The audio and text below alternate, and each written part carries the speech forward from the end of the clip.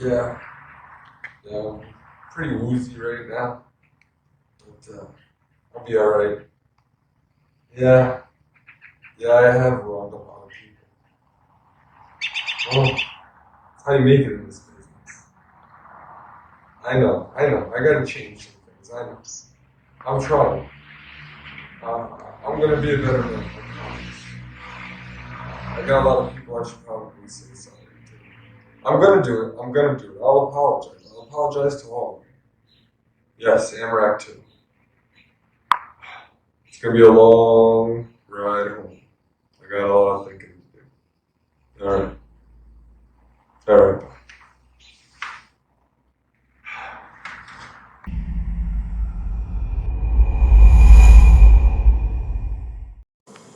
Sorry to break into your Quarantine Action Wrestling viewing here, folks, but we have some breaking news out of the Quarantine Action Wrestling. This is Paul Hardy reporting on some tragic news today as QAW superstar Tommy Jr., the real deal, was last seen here in a match, brutal loss to Delfino at the finals of the Wellington Classic. Known for his braggadocio style, his frequent backstage attacks, and his catchphrase, feed me champs. Well, tragic news, and this is tough to watch, so please, if you have children, please put them to bed or have them turn away from the screen now. As we see here, Tommy Jr. went after the match to a boat show where he was on the boat here in the water here. As you can see, he was enjoying the weather and kind of trying to feel better about himself when the boat tragically explodes. Sadly, Tommy actually survived this explosion, only to have this happen once he arrived at home. You'll see that car crash into his house, and as cops arrive on the scene, So as you can see in slow motion here, yeah, Tommy Jr., it's hard to watch, people. I know. So sadly, as you can see here, the cops arriving at the scene once more, and Tommy Jr. Sadly passed away in this explosion. Tommy Jr. dead, 31. We'll miss you, Tommy.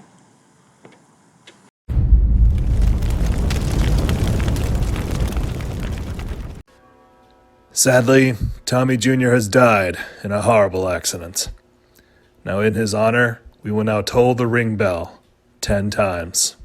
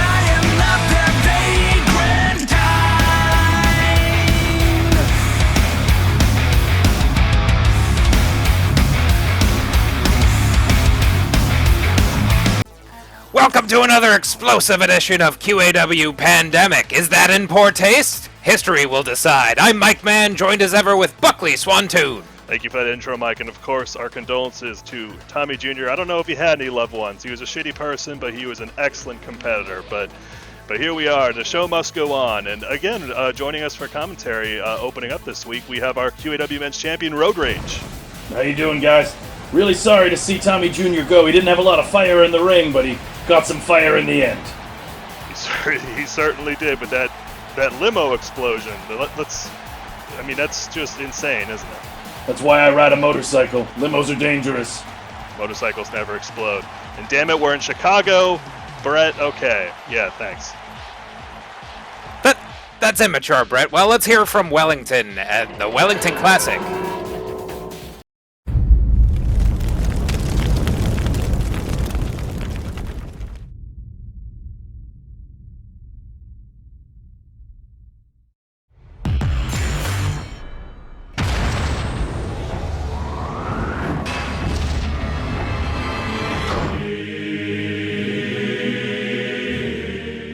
Welcome all to another Thursday night pandemic. Here we are at last, the finals of the Wellington Classic. One match away from seeing who will face QAW's biggest pin thief, Road Rage, for the men's championship. What a moderately long, strange trip it's been. I've heard a fair deal of outrage about the results of last week's semi-final match, and for that I must apologize. Steve, I never gave you the opportunity to respond. Now, to be fair, you appeared quite dumbstruck and, I'll say, out of sorts. And I tend to have that effect on people, I must admit. But, if you feel you've been treated unfairly, I invite you to submit your comments through the proper channels. Simply send one of our comment cards to Wellington Arms, care of the Generation 1122, Lick My Metal Arsehole, Terrace, Chicago, Illinois, 60605. Or, if you prefer to complain in person, I've got an appendage you can talk to, up close and personal. Right. Whatever you decide, make it quick. Our glorious benefactor, Diamond David Thomas, has secured a little pre-fight entertainment for everyone. One of the finest voices in the world, and fellow subject of the Queen, is here to sing you all a little song. Now, Steve, you have exactly the length of one American national anthem to get in there and submit your complaints. After that, I'm afraid it's game on. Ladies and gentlemen, Celine Dion. Thanks for having me. Quarantine Action Wrestling. It is an honor. God bless Americas. Oh, say, can you see by the dawn's early light what so proudly we hail at the twilight's last gleaming? Whose broad stripes and bright stars through the perilous fight, or the ramparts we watched were so gallantly streaming, and the rocket's red glare, the bombs bursting in air, gave proof through the night that our flag was still there. Oh, who say does that star-spangled banner yet wave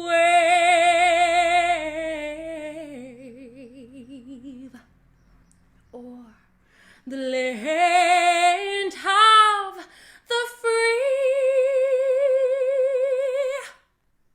and the home of the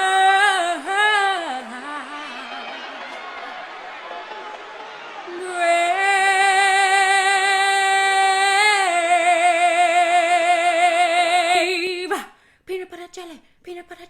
Peanut butter jelly with a baseball bat. Thank you. Play ball.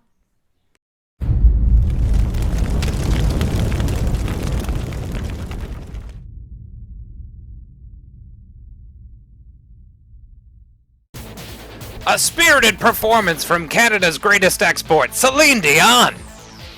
We got Celine. Diamond David Thomas has got to be proud of that.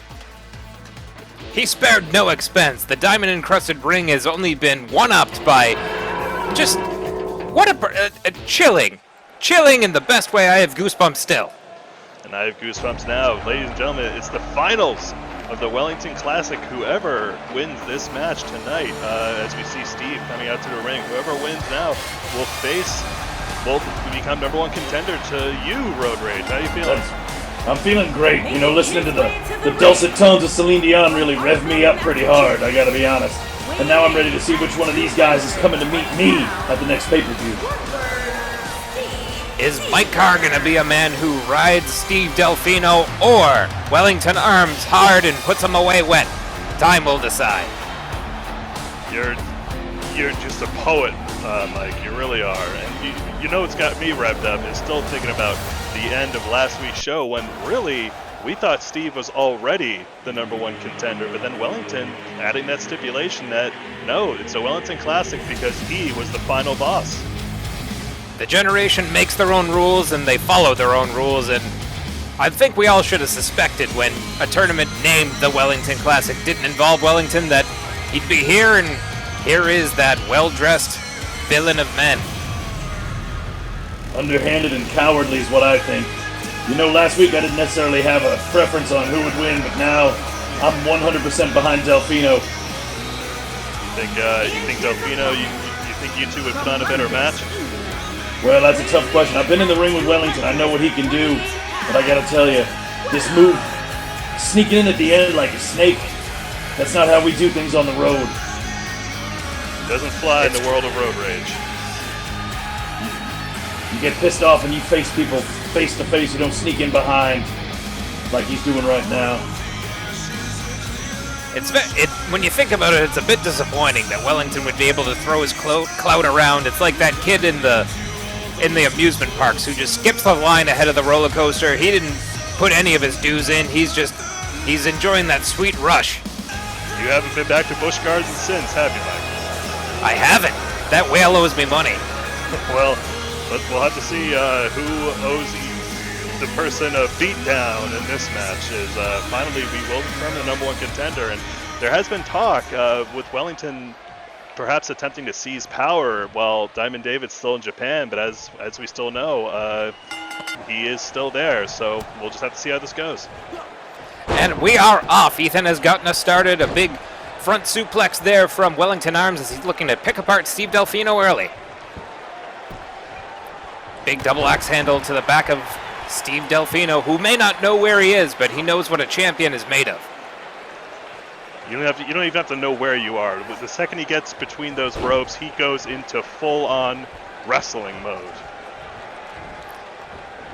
Oh, big forearm there to the chin of Wellington Arms and an overhead belly-to-belly suplex. Steve Delfino still surprisingly athletic. And wait, we know that piano rhythm. That's Diamond David Thomas.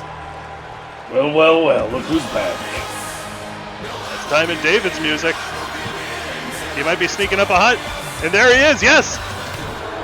Wait, he's brutalizing Steve Delfino. Ethan, what a coward! He hit Steve Delfino with the Baconator! The Baconator! Cover, 1, 2... No, it's the Baconator, not enough to keep Steve Delfino down. His cholesterol at a normal level. That's the way, Delfino, that's the way. Well, I guess firmly showing that Diamond David endorsing the actions of Wellington Arms, looking to bring more gold into that circle. And it looked like there was a headband of some kind on the head of Diamond David Thomas. That spiritual journey through the forest has really left an imprint on him. I gotta say, if you're gonna show up and try to cheat for your buddy, you usually don't do one thing and walk away. You kind of stick around. So I don't know what kind of friendship Diamond David has with Wellington Arms. Perhaps nature was calling him back as Steve Delfino looking to put Wellington Arms down with a crucifix bomb there. Well, who knows? Unusual tactics. Who knows really what's going on there? Perhaps he wants Wellington to finish a job. Perhaps he just wants to steal a little bit of the spotlight for himself. The generation does not lack on egos. And speaking of the generation, we are also going to get a medical update on Boston's biggest bad boy, James Maloney, later tonight.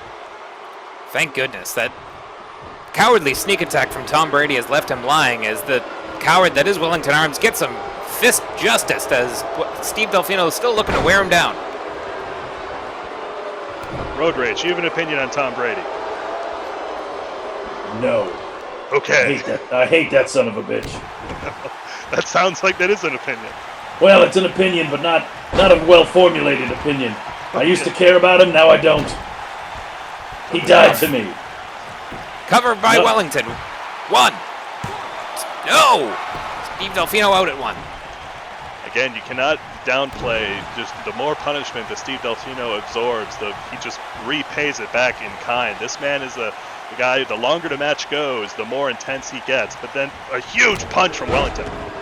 A discus bionic punch, there, was not a dick punch. We'll see plenty of those, I'm sure. A discus punch from a dick like Wellington Arms. Wellington taken down there, a scoop from Steve Delfino, who's fighting through the pain of having to fight not 1, not 2, not 3, but really 3.5, if not 4 men to get to the finals of this tournament and get all the way to a title shot against our champion. Super kick to Wellington!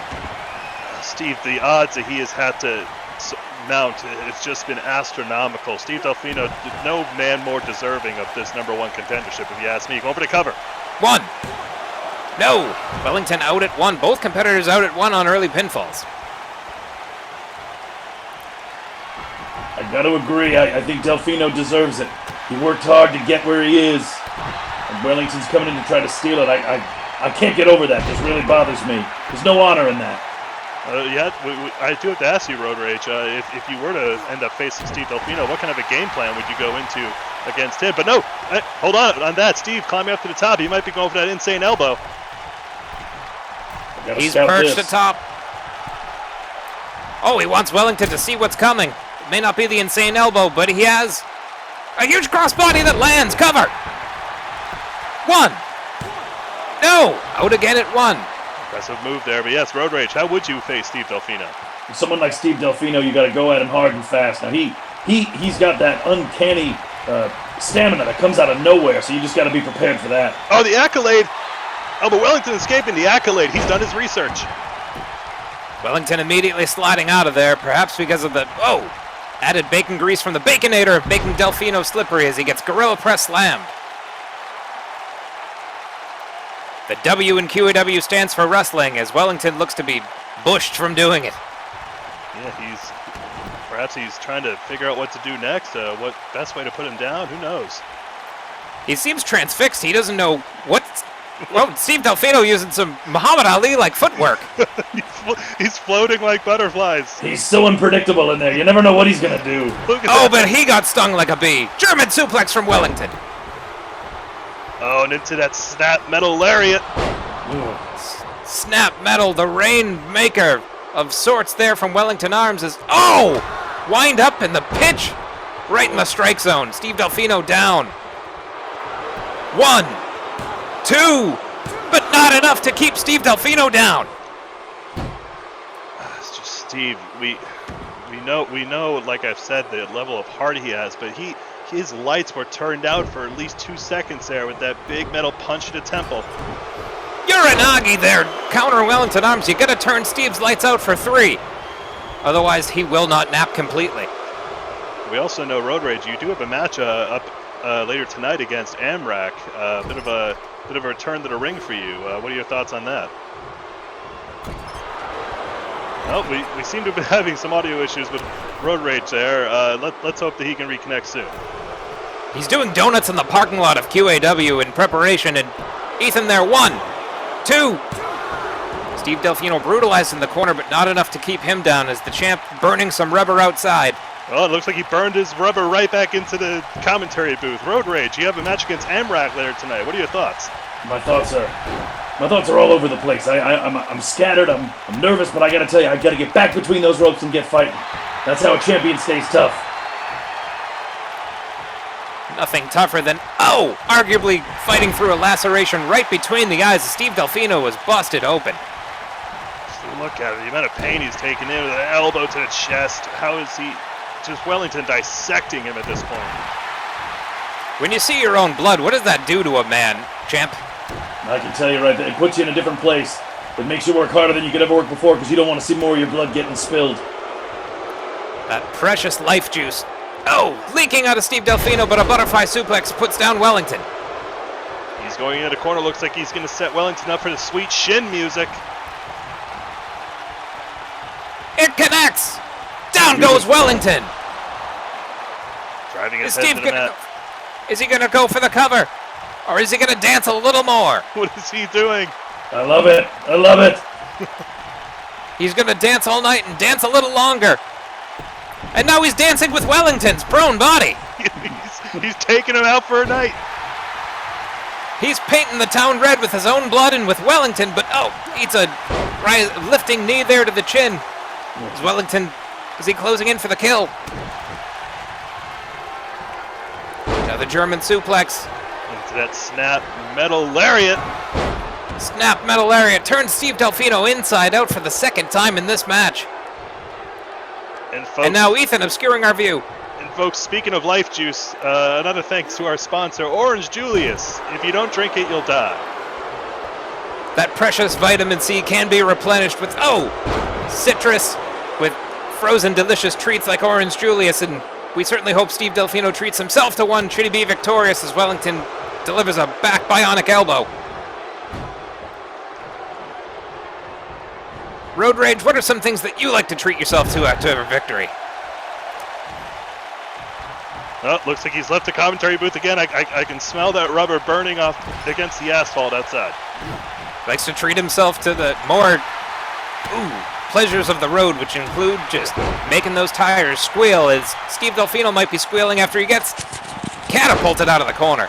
Oh, look at him. You smell like asphalt there, Road Rage. You have to work out some more of that rage. When I got that rage, I gotta hop on my bike. I gotta ride real quick. Quick bursts. Don't want to burn it out too much.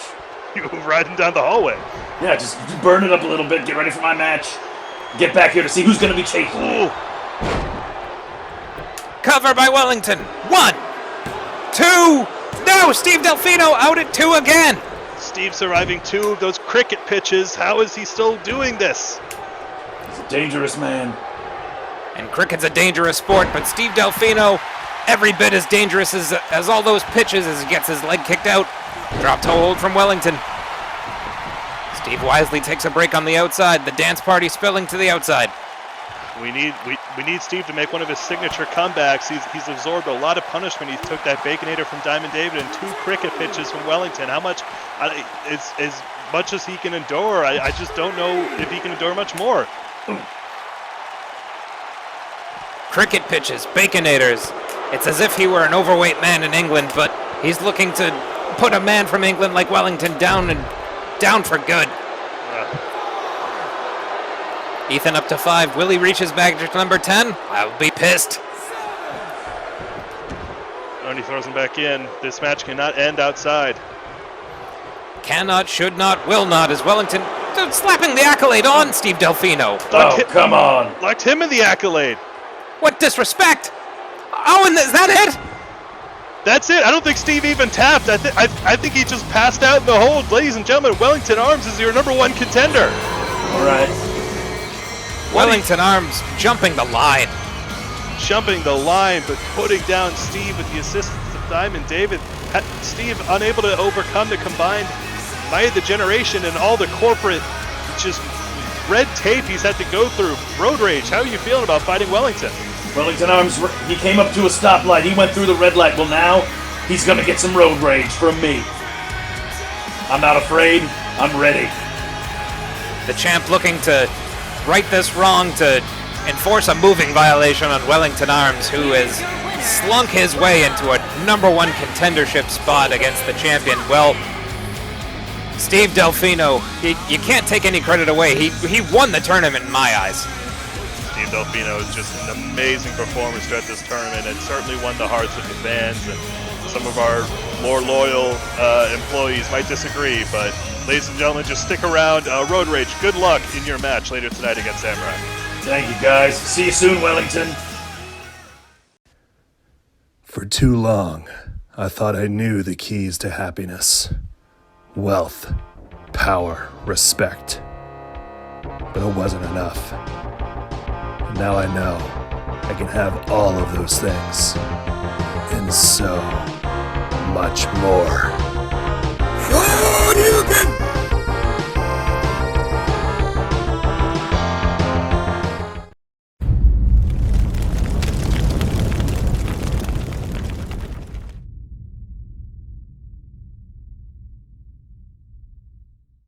Doctor, give me the news. I got a bad case of loving you.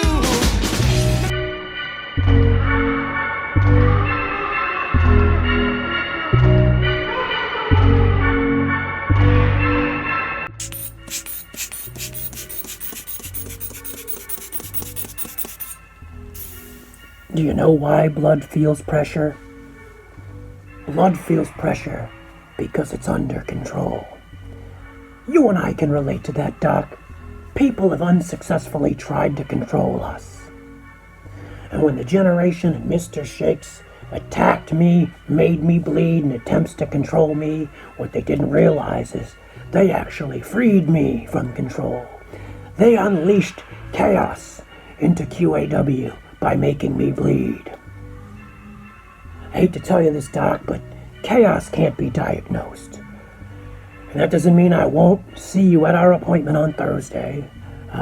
As you already know, chaos doesn't need an appointment, it just kind of shows up whenever it wants. Let me know if I need a stool sample for our appointment on Thursday. If so, I'll just ask Gentleman Doug to escort me to the ring. In the meantime, stay safe, stay healthy.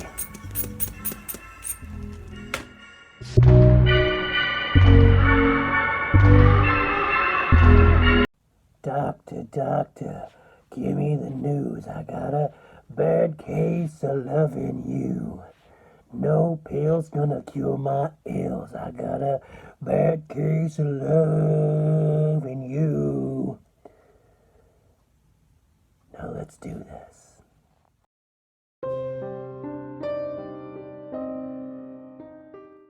QAW. It's your favorite doctor. Clown, you got in my way 2 weeks ago when I was taking out Gentleman Doug. This Thursday, your reign of chaos is over, and I'm bringing all the Payne to the ring.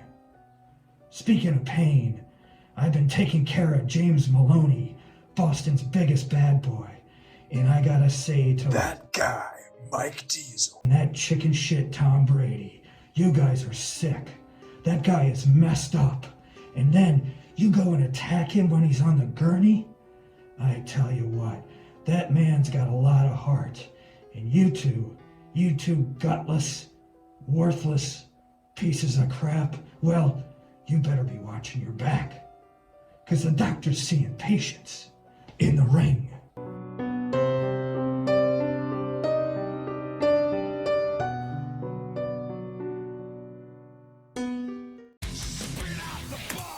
The age-old battle of humor versus medicine continues as the clown takes on the doctor.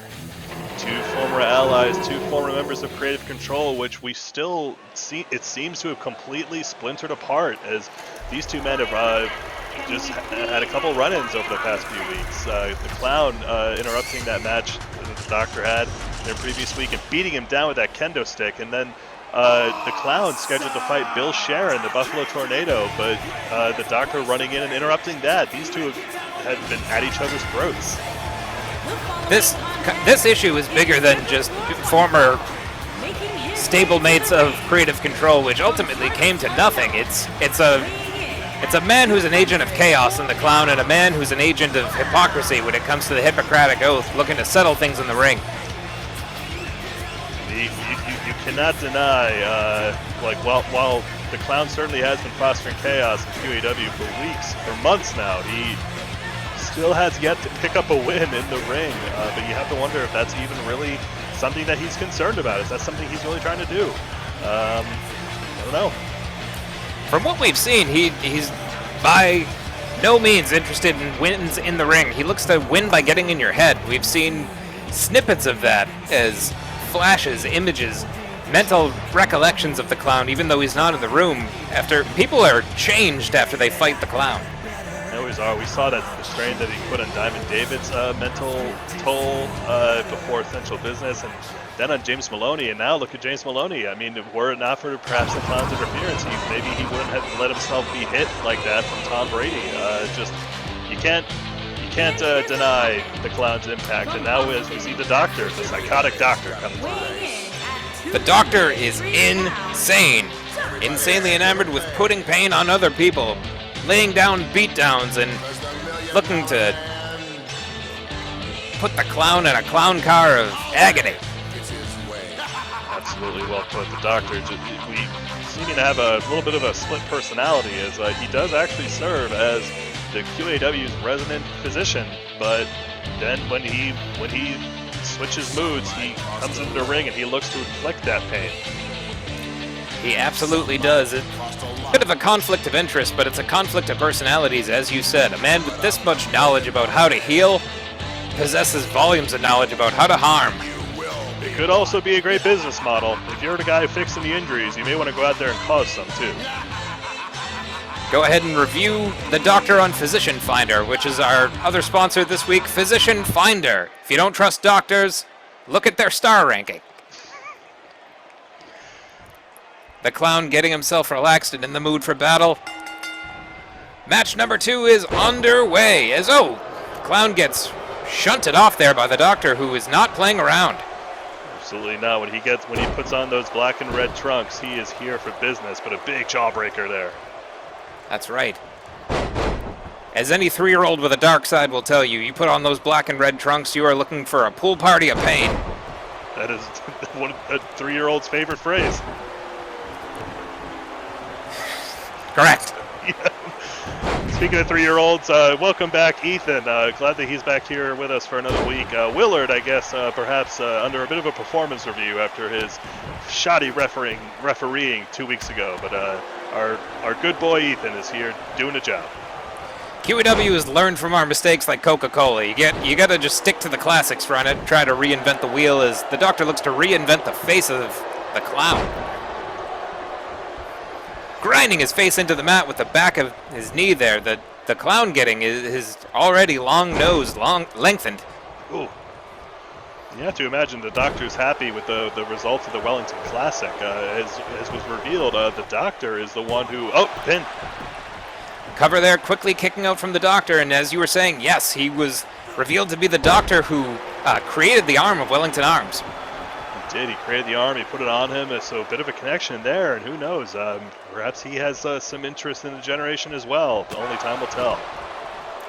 Time will tell as the clown is sent scurrying to the outside. Our men's warehouse representatives / captives watching the active.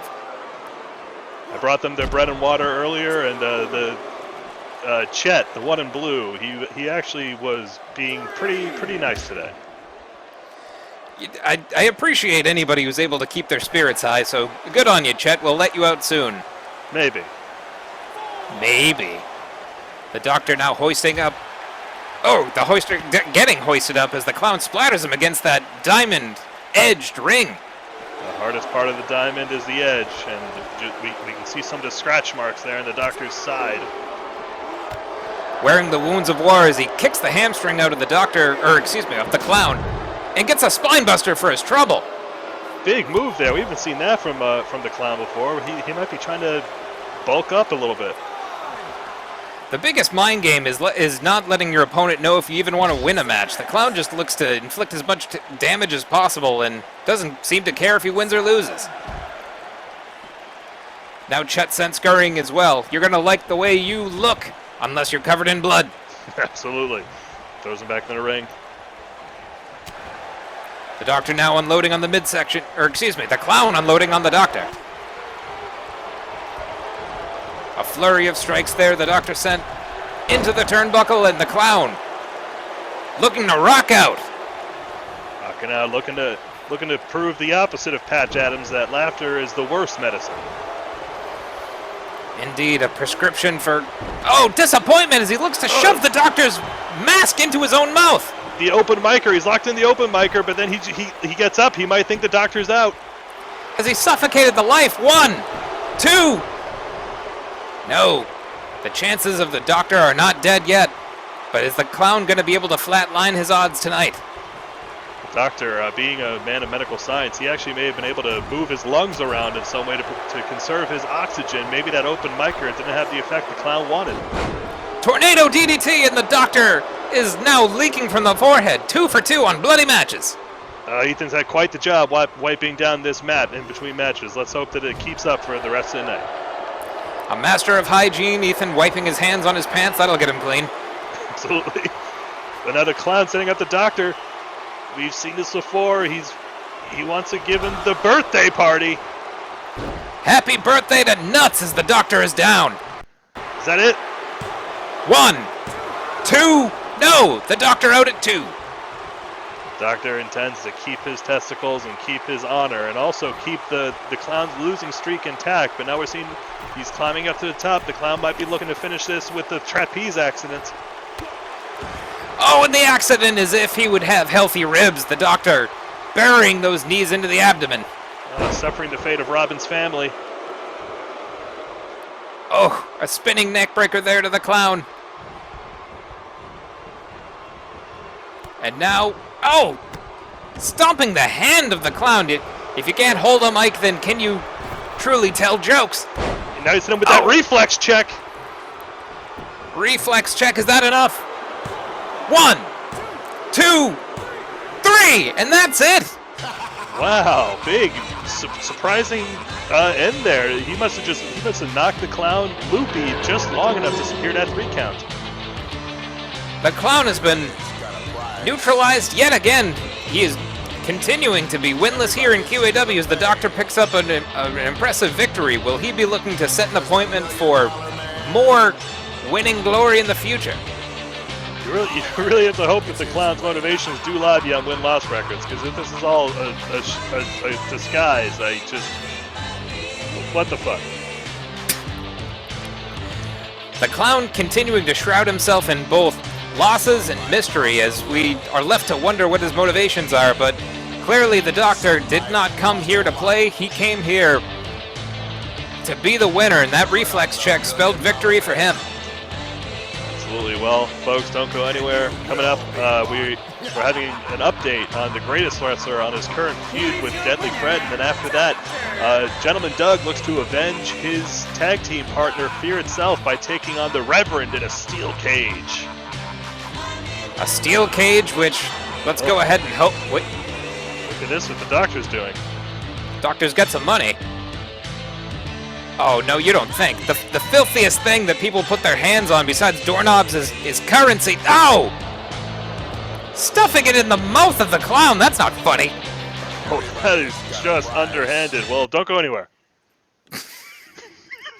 Don't do it.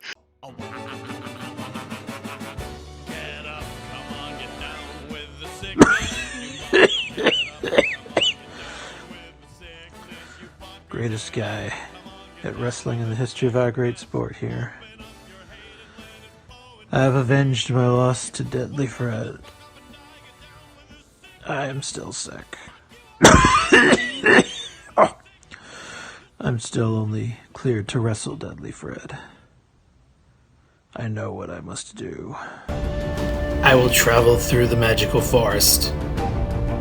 I will face down the fearsome dragon. I will retrieve a magical sword. And I will meet Maxilon the Magician at his apartment in Cambridge, which he shares with 6 other wizards. Max, I demand you use your magic to cure me. I'm sorry, I can't cure you. I'm a wizard, not a cleric. You think if I had healing magic, I wouldn't cure my terminal pink eye and heal all my broken ribs I keep getting?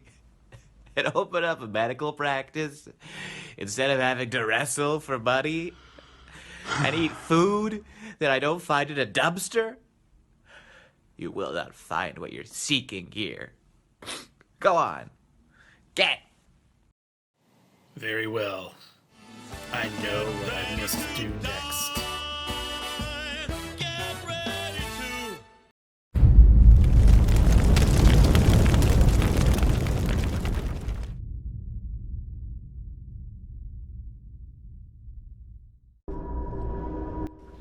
Hello, Gentleman Doug here. I'm back from spending a weekend at the spa, getting a spitz. Now that I'm recuperated and ready to get back into the ring, who could I pay off for a pin? Who could I do that? I need to get my pin in this organization. The Reverend wears very luxurious robes. Hello, Reverend. This is for you. I believe this Thursday we should have a match, but not just any match. Let's wow them with a cage match. That way when I sneak you the money in the cage, they really can't see because of all the boss. This is brilliant. This is going to work. This is awesome. I am going to take you down, Reverend. And guess what? That money is tax deductible. But also, to you, jungle magic. See, you lack the panache, I see you wrestling and I don't get excited in any way, shape or form. It just doesn't do it for me. You're very amateurish. So I was hoping maybe my friend, Fear itself and myself, the Gentleman of Fear, could offer you a one-time tutorial. A one-time tutorial. Yes, with our fists. Isn't that right, Fear itself?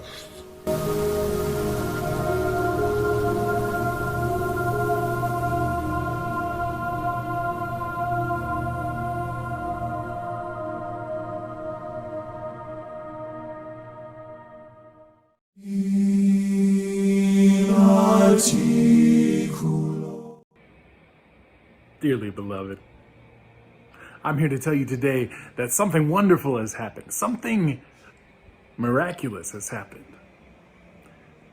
That's the only explanation I could find, because just when I thought I had found the depth of whack in QAW and slammed it so hard that it collapsed the ring, some of you may remember when I put an end to Fear itself by taking it off the top rope, collapsed the ring, bless that poor boy Ethan, I think he's still alive somewhere.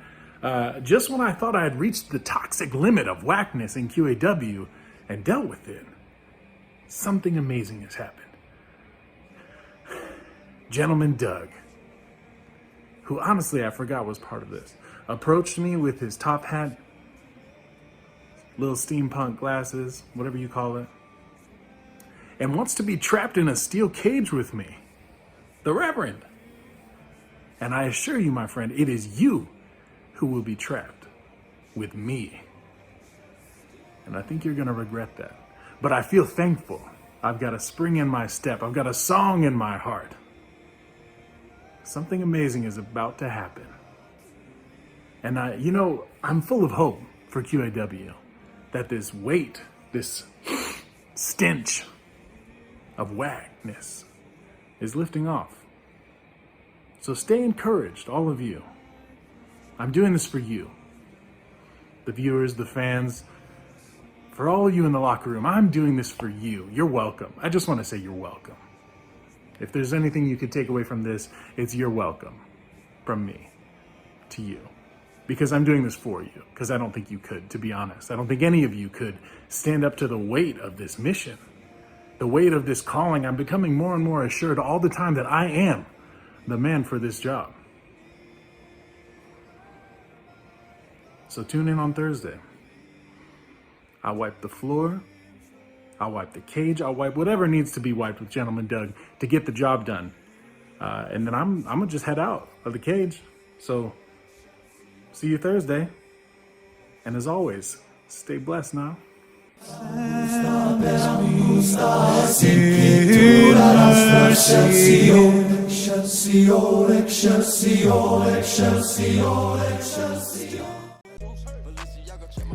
And now we look to contain the enmity between these two men in a solid steel cage as Gentleman Doug looks to take on the Reverend.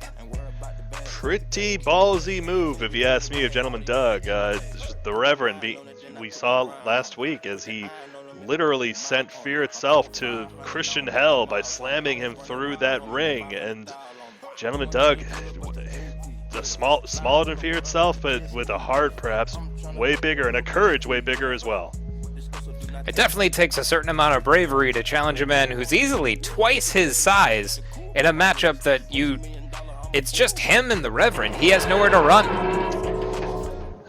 Well, we'll see how it shakes out. Speaking of shakes, we haven't seen Mr. Shakes in a while in a QAW ring as another former member of Creative Control makes his entrance. It's Gentleman Doug. Mr. Shakes has been a little quiet as of late. Ever since that initial betrayal between him and the Clown, but we still hear whispers, we still hear echoes in the back, and he may be coming back sooner than we think. Now the gentleman making his entrance wearing a fancy scarf that we heard that his mother knit for him. His mother, the most evil of dictators, but she loves her baby boy. Some parents treat their household like a loving abode. Some people treat it like a dictatorship, and you can see how Gentleman Doug turned out. He's certainly got a fire within him, I can say that. That you can, as a man with mother issues arguably looks to do battle with a man with some daddy issues, the Reverend. The ultimate daddy being God. I think I got you, man. The higher power with a penis. Speaking of penis, you can hear that Reverend's dong just echo throughout the arena as he now comes to the ring. And again, folks, in a steel cage match, the only way to win, you literally cannot escape the cage unless you climb over the top of it, or you get the referee to solve that complex set of puzzles on the lock to the door.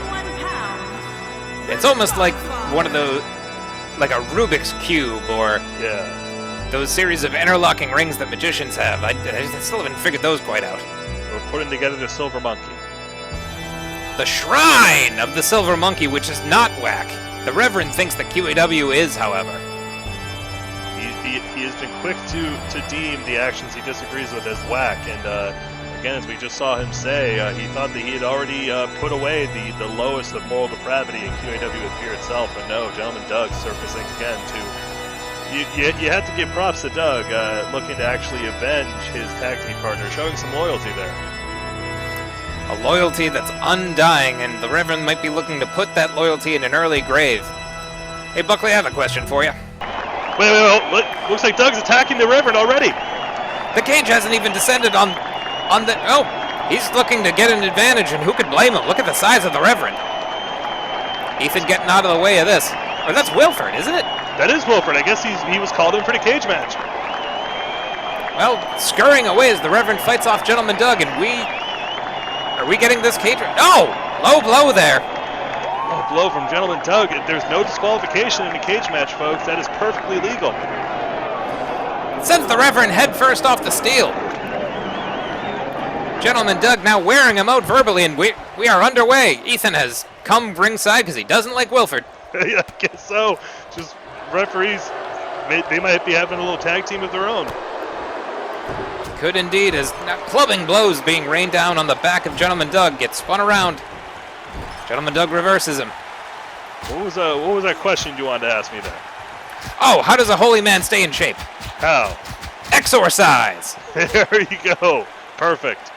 Open hand slaps to the chest of the Reverend. Looking to throw off the heart rhythm of the holy man as Gentleman Doug. I mean, just trading kicks there.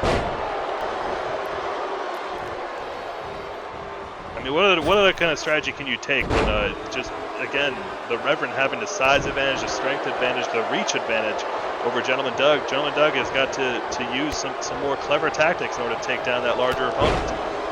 You just said it right there. He has to come in with a wise, intelligent game plan. He has to use those smarts over any brain or brawn advantage, which the Reverend has in spades here as he looks to slap him in the... Oh!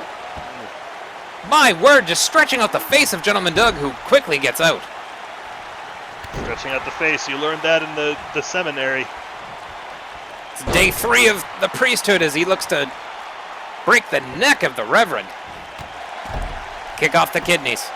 cover there, but no one to count it.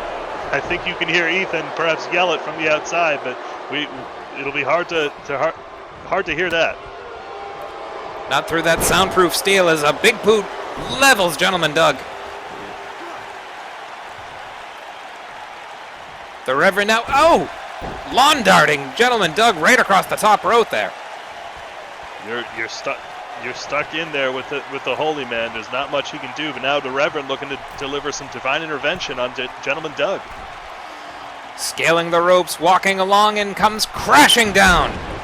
A crusade across the clavicle. And now he's going for a cover, as if to mock Gentleman Doug. Wait, I heard a 2 count. It looks like you can win by pinfall in a cage match.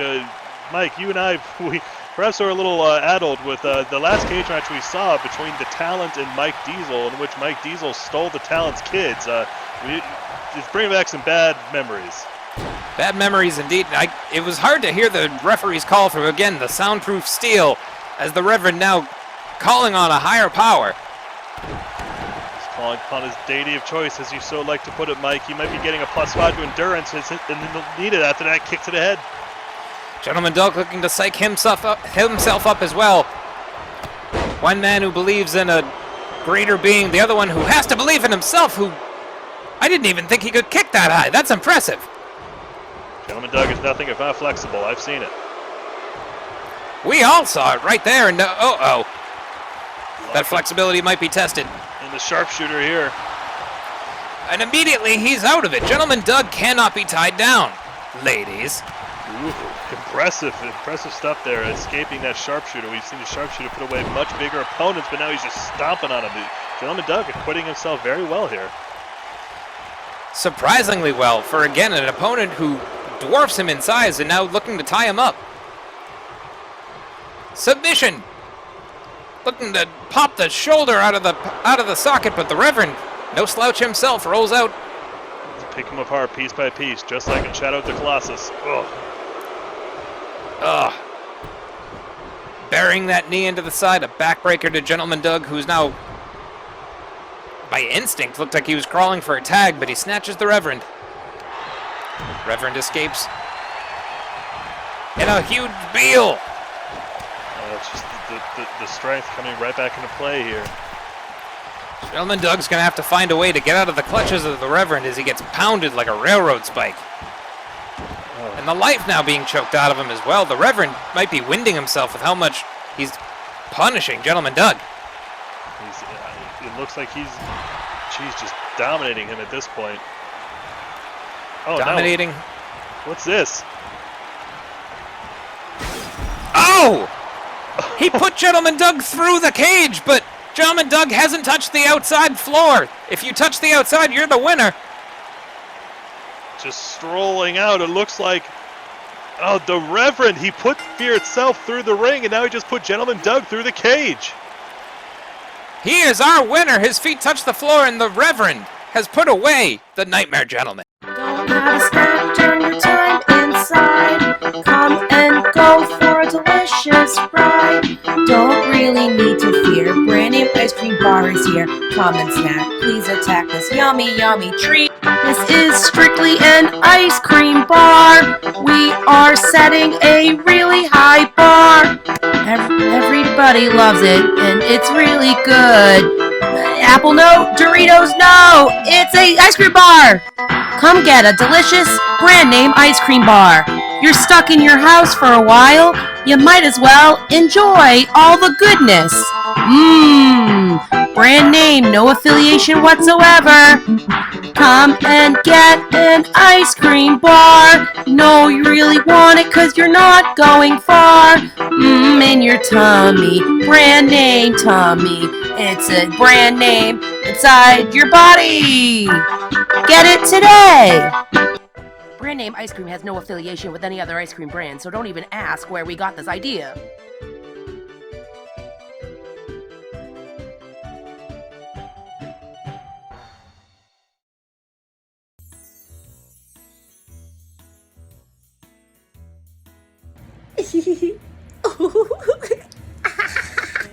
Oh, hello. Sorry.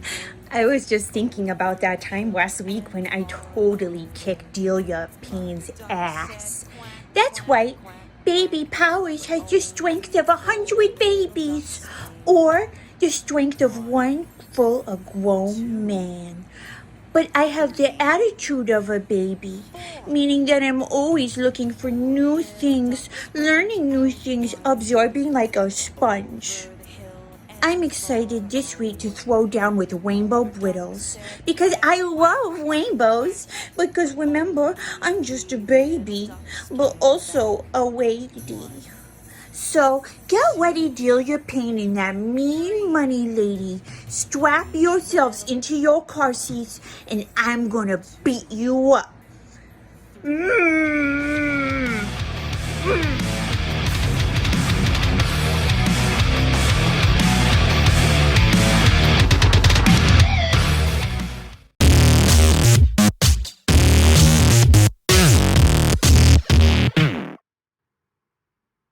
Oh, hi. I didn't see you there. Rainbow Brittles here. Totally A-okay with what happened last week. Not totally affected at all. Guess what? This week is gonna be tag team time. Tag team time. I'm teaming up with Baby Power. Baby Power. And we're gonna take on Delia Payne. Stupid person. Jess the Cash or whatever. Cashin. Still don't know her name. Still don't care. It's alright. You know what's gonna happen? Me, Rainbow Brittles, a unicorn chicken of justice, and Baby Powers, a fucking baby, are gonna beat both those bad people. And everyone's gonna be so excited in the audience with all their colored shirts, cheering, standing up and down. Rainbow Brittles and Baby Powers take on Delia Payne and Jess Cashin. Oh yeah, and there's also Slamazon. She sucks too. Okay, bye!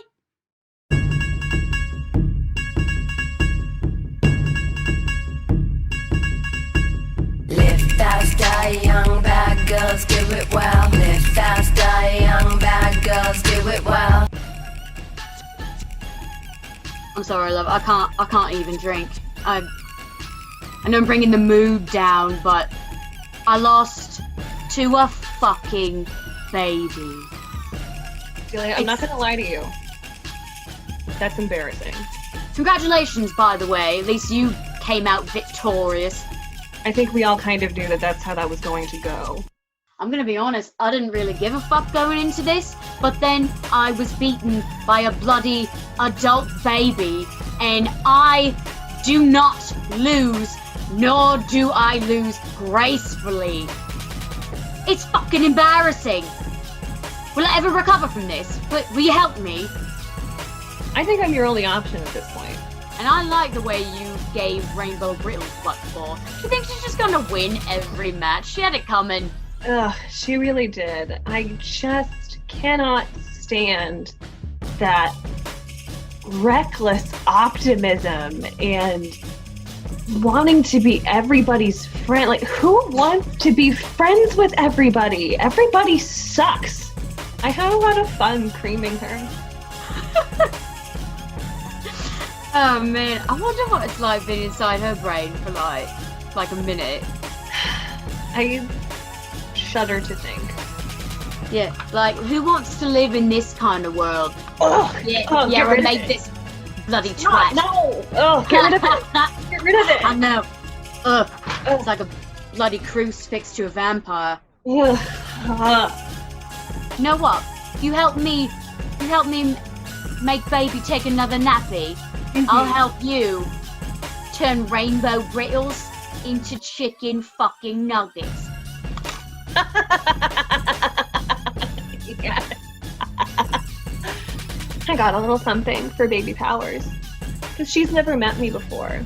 And I have a feeling the second that we make eye contact, she's gonna shit her little baby diaper.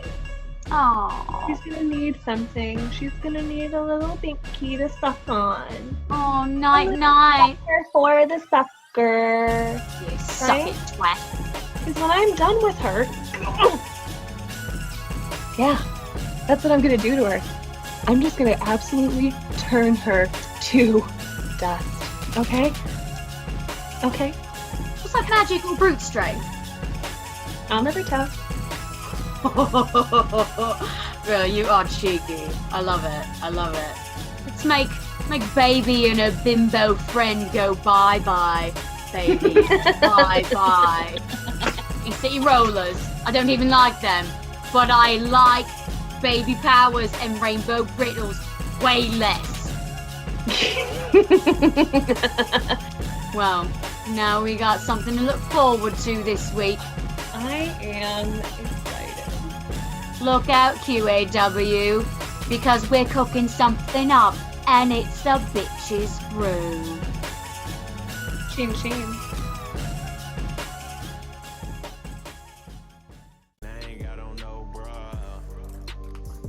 And now some head-to-head tag team action from our QAW's women's division. We have Baby Powers and Rainbow Brittles against the newest duo. Delia Payne and Cold Hard Cashin now going by the name Bitches Brew, as these two are looking to perhaps make a headway here in a women's tag division that is currently being started up. Pioneers, you could call them, as Rainbow Brittles looks to make her way to the ring. You're gonna think that a baby is gonna love partnering with a chicken, but little does she know that a fierce warrior resides underneath. Well, we also know a fierce warrior resides underneath that baby, that baby face of Baby Powers, as we saw Baby Powers pick up that victory last week over Delia Payne, and also Cold Hard Cashin picking up a victory over Rainbow Brittles. We have some scores to settle here, folks. Bitches Brew looking to make a statement, and that's at the expense of two bright up-and-coming stars in Rainbow Brittles and Baby Powers. Rainbow Brittles having a great rise up the rankings here at QAW, but now the Slamazon looks to do everything she can to sabotage that progress. What a terrible thing to have lurking in the shadows, a woman looking to menace you. I would know. We know that baby's laughter. It's Baby Powers. Baby Powers, and again, like we were just saying, folks, don't let that childlike exterior fool you. Within lies the beating heart of a fierce, sensible, self-aware woman. A woman who is here to kick ass. She makes reasonable purchases. She puts moderate amount of pain on you. She certainly does. She'll put you down for that 1, 2, 3. Quicker than she goes down for a nap. Perhaps most important, she knows how to win, but does she know how to coexist? Does she know how to play nice? We will find out.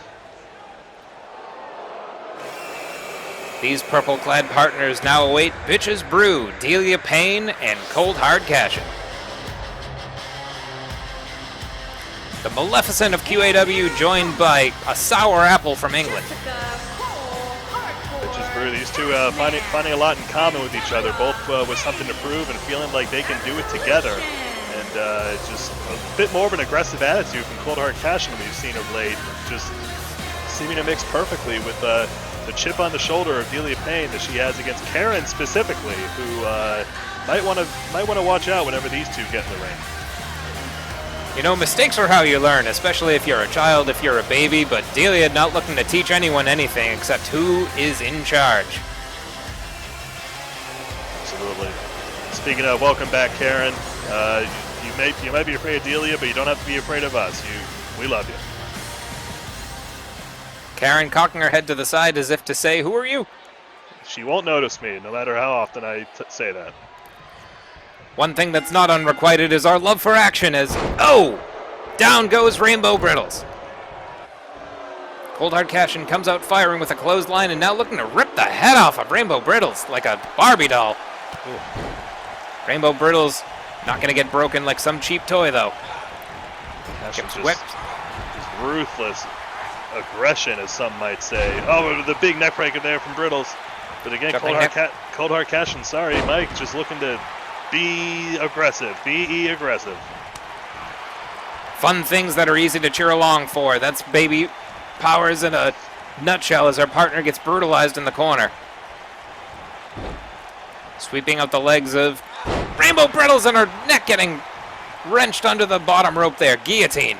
Ugh. Rainbow Brittles not done yet, though. And a jumping spin kick. Wow. The moveset of Rainbow Brittles so varied, so diverse. She can bust out anything. It's not looking to be an easy target as she tags in arguably the easiest target, the soft-spotted Baby Powers. Well, Baby Powers certainly was something to prove, looking to capitalize on that win from last week, but an impressive Sling Blade. Sling Blade, looking to use Cold Hard Cashin like a jungle gym as she sets up a neck crank. Treating the QAW ring like a jungle gym.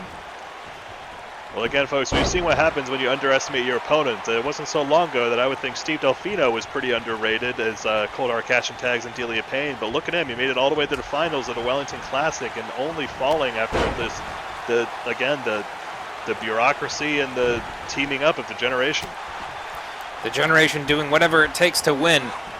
As, Baby Powers gets sent into the corner but counters with a Uranagi. Down goes Payne. Looking to follow that up with a forearm. Baby Powers fights it off. Sends her into the corner. Misses playtime in the corner. She almost hit Brittles. Almost. Delia sends her into the corner. Tags back in Cold Hard Cashin. Excellent teamwork shown so far by the bitches. Let's see if they can brew up some pain here. Oh, the knee to the head. Clocking off the side of the head of Baby Powers. Hopefully that won't leave a mark. Baby Powers now brings her back up. Cold Hard Cashin towering over her opponents. With a flip around the corner, but Cold Hard Cashin certainly one of the taller competitors in the women's division, and we've seen that serve her well with the reach she gets on that poison apple kick as she tags in Delia Payne. Another quick tag out. Both of the members of the Bitches Brew keeping each other fresh as, compacting the head and torso of poor Baby Powers, and now Delia just stomping her. God, these two are showing great tag team unity right off the bat. These two are they're looking to really start capitalizing. Baby Powers not sure how to respond, grabbing Delia, now snap suplex, puts her down. Showing she has a few tricks of her own as she brings in Rainbow Brittles, who tricks is not for kids. Not when Rainbow Brittles is involved. Absolutely not. Sends Delia in. Running European uppercut, down goes Delia. Not to be outdone, Brittles and Powers, they're doing a good job of keeping up those consistent tags, and Brittles just such a firecracker in the ring. Looking to dislocate that elbow of Delia, who counters with a jawbreaker. And fakes out Rainbow. Rainbow looking for a dropkick, no one home. Reverse DDT brings down Rainbow. As Delia getting this crowd fired up, who are patriotic, and she doesn't like it. She hates it. She just in the center of this country that she despises. She longs for the motherland of the UK. In comes Baby Powers, who can definitely spell UK. Probably. Punch there from Delia. Now Delia gets sent into the corner. And again misses playtime. When is this baby going to learn? Those corner moves, our roster is just quite adept at just avoiding those. They are indeed. Kicking the shin out there of Delia as Baby Powers looking to work her way back up. Sends her into the corner. No. Delia reverses. Whoa! Flip kick there from Rainbow, who wisely tags herself in as Baby Powers looking to take a nap. Cutter from Delia! Jeez, that was a great sequence there from Rainbow Brittles, just avoiding that sneak attack and then taking a tag in, but unfortunately Delia Payne just stopping that momentum immediately. These two teams definitely with something to prove. Rainbow Brittles sends Delia into the corner. Arm drag there from Payne, follows it up. Looking to... A train of pain on Rainbow Brittles out of nowhere. Choo choo, down goes Brittles. 1, 2, and the baby not liking it, throwing a tantrum. She's knocked out Ethan. That's the first hit Ethan's received tonight.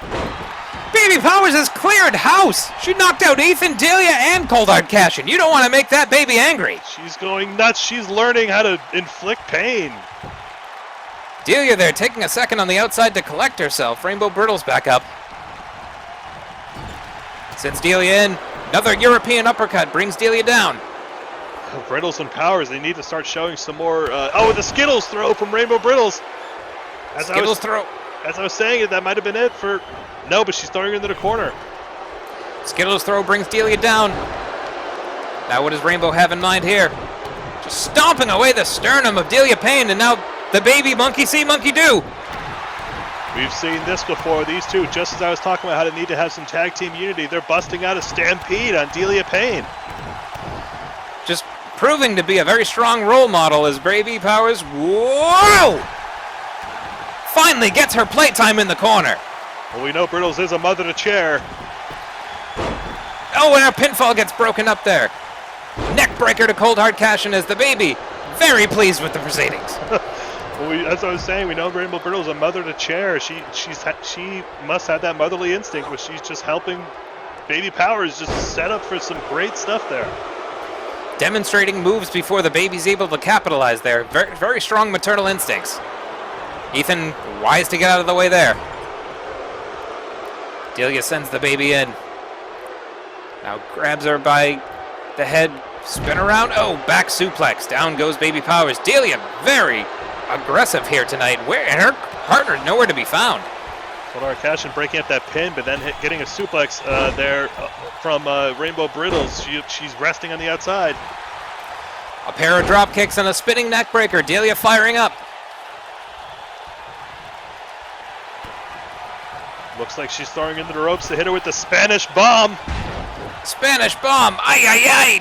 1, 2, and oh! Rainbow Brittles taking out Ethan. Down goes Ethan for his second time. He can't count the pin if he's knocked out. These women looking to take down the patriarchy one referee at a time as Delia waits for Baby Powers. And another train of pain on Baby Powers. Train of pain as she looks to... Yep, she tags in Cold Hard Cashin as Ethan is still out. Ethan, I guess, going to allow that tag to be legal even though he didn't see it. Yeah, he may have heard it. He may have heard that snap. Cover here. 1, 2. Oh, and I think Rainbow Brittles was able to actually throw Delia into that pinfall. Looks like it. But she's going to pay for it. Oh! Elevated neckbreaker there from Cold Hard Cashin. Only Cashin and Powers are standing. This might be a chance for one of them to get that pinfall. Baby Powers fighting off the much larger Cold Hard Cashin who shoot. Oh! Lands a hard shot to the midsection. Neither of these women can land a move. Jockeying for position, Baby Powers has her by the hair. Which is a real aggressive move in baby circles. Back handspring cutter! What a move there from Baby Powers. Hugely surprising as Cold Hard Cashin, though, just stunned momentarily. Oh my gosh, she calls that the hobby horse as she managed to flip her around like that. Impressive stuff. Hobby horse, very much leaving an impression. Oh, fisherman suplex. 1, 2. No, playtime not over yet. Baby Powers is out. Delia now back to her corner as the baby's neck gets checked. I don't see Rainbow Brittles standing in their corner with both of bitches Brew at full strength. Let's see if if Baby Powers can still hold out. The bitches are back in action as Baby Powers set up in the corner. Cold Hard Cashin elevates her. Oh no! Normally babies like to be upside down. I don't think she's gonna like this one. We haven't seen this. I think she's gonna do it. She's looking to pull it, perhaps in honor of Tommy Jr. She's looking to do it as she wants to fly from coast to coast. Coast to coast, 2 boots to the face of Baby Powers. The witch is taking flight, but not with a broomstick, but with devious intentions.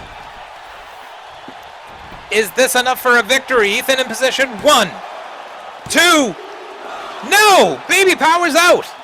Oh, almost. I was sure that was it. Everyone in this arena probably thought this one was over. Oh, a drop toe hold. Baby Powers looking to reverse things. Here she comes. Oh, diaper to the back of the head. No, the worst place to get hit by a diaper. The most embarrassing is, Cold Hard Cashin not to suffer that indignation lightly. Headbutt to the top of the or the soft spot of Baby Powers. You have to hope that she changed that diaper beforehand, but now getting thrown in the corner. Boot there from Baby Powers, fighting her way out. Sends her into her corner. Rainbow Brittles awaits. She hit that tag, but no, just perhaps taunting Cold Hard Cashin or talking to Rainbow Brittles standing there. Just getting inside the head of that guy. Oh! She wanted her to come out and then struck like a snake waiting for its prey. Very impressive. Now elevating Cold Hard Cashin, who elbows to the side of the head. Lifts up the baby. Oh, and a rising elbow, or excuse me, a rising knee to the chest. Just roughing up this poor child / Koei. Delia tagged in, setting up for something huge here. They've got beef, and they're looking to serve it cold. The beef stew!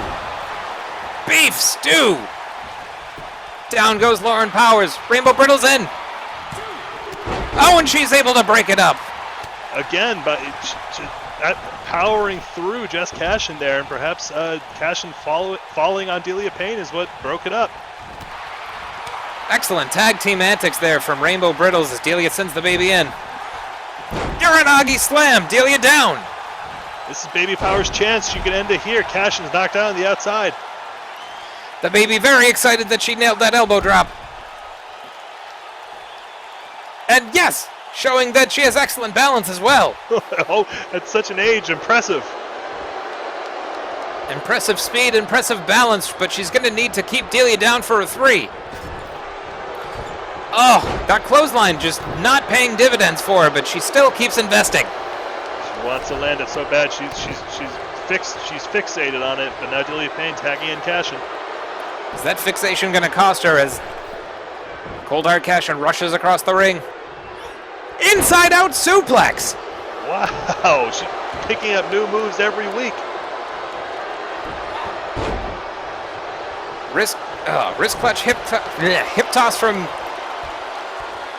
Cold Hard Cashin. Spin around, Eye of the Storm from the baby, my goodness. She calls that the pacifier, is that it? 1, 2, Ethan is very down. Ethan's down again. Crushed from north and south.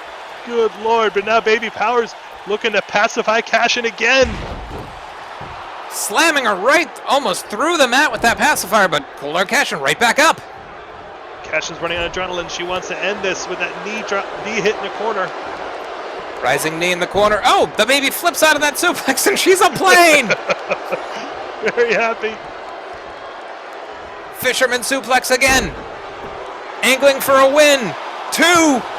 No, the baby out at 2. Which of these teams can get this? We've seen so many near falls.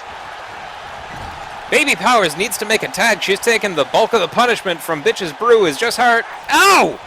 Cold Hard Cashin puts her down with a DDT. And she gets the tag. Gets a hot tag into Rainbow Brittles, who comes in a house of fire. Super kick to Cold Hard Cashin. And a jumping back heel kick. You heard her motor revving. Vroom Vroom is She's looking to get stopped here though. Oh! Flatliner drop kick. Is this enough? 1, 2, no! Not enough done to Rainbow Brittles, but incredibly impressive acrobatics there from Bitch's Brew. Ladies and gentlemen, this is the first ever women's tag match in QAW, and if this is what we're looking forward to, I am all in. As am I, as the Spanish bomb! Spanish bomb! Tiene Sueño, boom! A knee getting wrenched there by Delia. Jawbreaker from Rainbow, who's not done yet. Rainbow Brittles still pretty fresh. She's spent a lot of this match on the apron. Sends Rainbow into the corner. Delia now stalking her prey. Brings in Cold Hard Cashin. Looks like they're setting up for a second helping of the beef stew. Beef stew, is this enough? 1, 2, 3. The baby was too tired to break it up. Bitches Brew victorious. Bitches Brew, the winners of the first ever QAW women's tag match. These two, they had a declaration. They made their intentions clear, and they delivered. Congrats. Like Edward James Olmos, they stood, they delivered as they put down a baby and a chair mother. A chair mother and a baby. This is QAW, folks. Nowhere else in the world will you find competitors of this magnitude, as you'll see hobby horses, as you'll see Skittles thrown, and you'll see two women standing tall as they eke out a win over the very game Rainbow Brittles and Lauren Baby Powers. Well, don't go anywhere, folks. Coming up next, we have the return again of Lloyd Legacy Sharp. And still with our main event tonight, the QAW men's tag belt on the line. Don't go anywhere. Slide to the right, crisscross. Ooh. Blistering offense coming out of that women's tag match, and now more hot action as Lloyd Legacy Sharp returns to the ring to face Shawn Carter. We haven't, we've seen nothing but a rise back to competence for Lloyd Legacy, as is his goal. You have to wonder, God, like he has to be completely out of his head right now with what happened to Tommy Jr. Let's hope that he can focus up long enough to win this match. Sometimes the death of a student will propel a teacher to great things. Probably. As any anime will tell you, the death of a student or a master often inspires them to pull off some dope-ass moves. Correct. Will we see Lloyd Legacy turn his version of Super Saiyan and stay sharp against Shawn Carter? The last time we saw Shawn Carter, he was getting his head driven into the mat by former champion Perjury Palapple. Yeah, Shawn Carter, for a man with the ego that he has, he certainly doesn't have the record to back it up. But as always, anything can happen here in QAW. We're the wrestling promotion that hired a baby. So really, you don't know what's going to happen.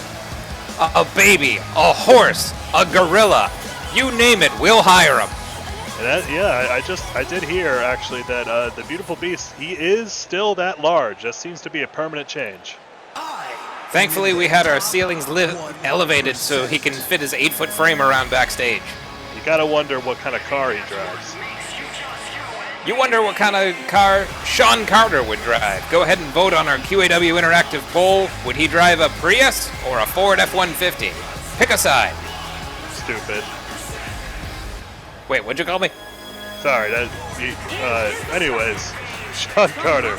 Just a man, look at those thighs. Those beefy thighs I love so much.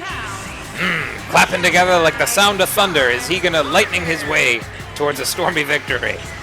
Metaphors! Speaking of clapping, don't forget, folks, later tonight we have a tag match with the Dapper Head Clapper teaming up with the QAW Accountant, yet another faculty member getting involved in the ring to take on the big ticket Rich Dembowski and Conspiracy Carl, host of the Conspiracy Files. Any good company will have every member of its different business units get involved physically. There's no danger of going out of business that way. Absolutely. If you ask me, that's where UFC is going wrong. I want to see the people doing the UFC's taxes in that ring. It's an excellent point. Accounts payable, accounts deductible. Is Shawn Carter going to deduct a win from the Lloyd Legacy sheet? See. We will see. We will see. I'm going to go ahead and hope that he's washed his ring gear since that loss to Perjury Palapple hopefully makes more of an impression than his forehead made after that devastating loss. Speaking of impressions, we're still seeing some odd behavior from Perjury Palapple. Having yet to return to the ring, and let's hope he does soon, but I'm not sure if he's the same man that he was. After losing a title, it's game-changing, life-changing for a wrestler of his caliber, and here's two high-caliber bullets about to collide in midair as Ethan shoots us off. Ethan again back in the ring after both him and Willard having to call that last cage match, and but Ethan's back here taking control, just like, Lloyd was taking control before that counter from Shawn Carter. Back body drop from Shawn. Running in now. Whoa! Running in Sagiri to Lloyd Legacy. Starting off fast. Shawn Carter, he has some impressive moves. It's just a matter of if he can keep that offense string together long enough to pull out a victory. Backflip from Shawn Carter into a well executed back suplex. You gotta wonder, is Lloyd Legacy's head in the game, as you said? He very well might not be. We know how compassionate he is. What an upstanding guy he is. He can't let this really. He can't blame himself, is what I'm trying to say. Not at all, as he's looking to row the boat with the oar that is Shawn Carter's arm, is raining and stomping on his back, looking to stand up, especially on his lower back. Absolutely. Let's hope that he gets a standing ovation after this. Shawn Carter, jawbreaker there from Legacy. Sends Shawn Carter into the ropes. Big back, elbow in a chop combination. Whoa! The action's so furious it scrambled our sensors there. Brett, get your shit together. Brett's too busy giving me shit and not taking care of our tech stream. Come on, Brett. Shawn taking care of Lloyd Legacy with a big clothesline there. Misses a stomp. Lloyd with a snapmare. And burying a knee into his back, and now a straight jacket. Is Shawn Carter going to give up here? Let's see again, just Lloyd, perhaps one of the most technically proficient members of our roster. Just a vast array of moves that takes you to the ground, and he can tie you up like Auntie Anne's pretzels. We'd like to thank Auntie Anne's for not sponsoring us, because we don't need your weak-ass bread. Learn how to make something soft for once. Yeah. Now Shawn Carter looking to soften up Lloyd Legacy. Stopping away on the lower back. Oh! Crushing his wrist by banding it back there. Lloyd Legacy, not to be outdone, picks him up. Backbreaker successful.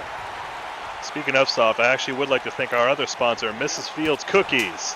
Mrs. Fields, do you need a cookie or a pillow? We have both. Very motherly. Very much like Rainbow Brittles, who we saw. Oh, but Lloyd Legacy, he's locking them here in the 2K20. Is that it? 2K20, that's how many units of pain he puts your ankle in, and Shawn Carter able to sustain. Lloyd there looking to collect his thoughts. If the 2K20 doesn't put Shawn away, what is he going to have to do? He's considering maybe going for the Tor Stopper there, that kick, but then choosing instead to stomp on Shawn, but now he's back. Yep, he's looking to end this right now. Is this going to be... Tor Stop to Shawn Carter.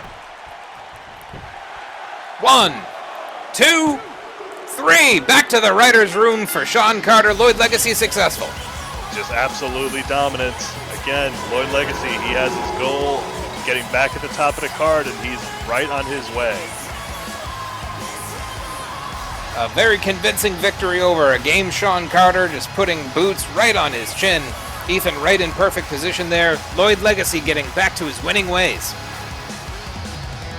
Well, props to Lloyd. He's not thinking about the past. He has his mind set on the future, and that's the best attitude you can have here at QAW.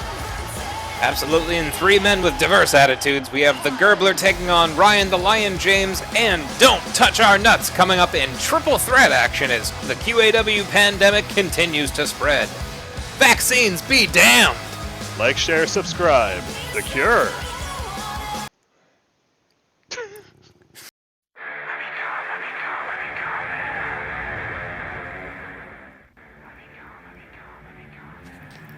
That's a medal that says finisher. Ryan the Lion James is a finisher. 2 weeks ago on QAW, the Gurbler, Don't Touch Our Nuts, we started something. We started something that I intend to finish tonight in our triple threat match.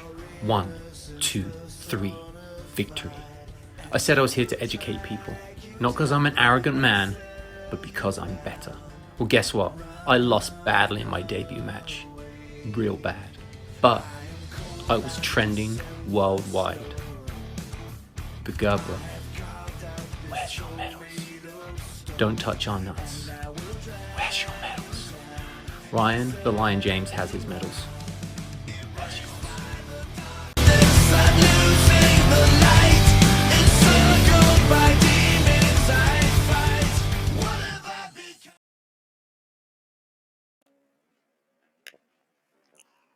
We heard them in the locker room. We heard them in the halls. We know what they say about us. They say that we're nuts. Don't touch our nuts.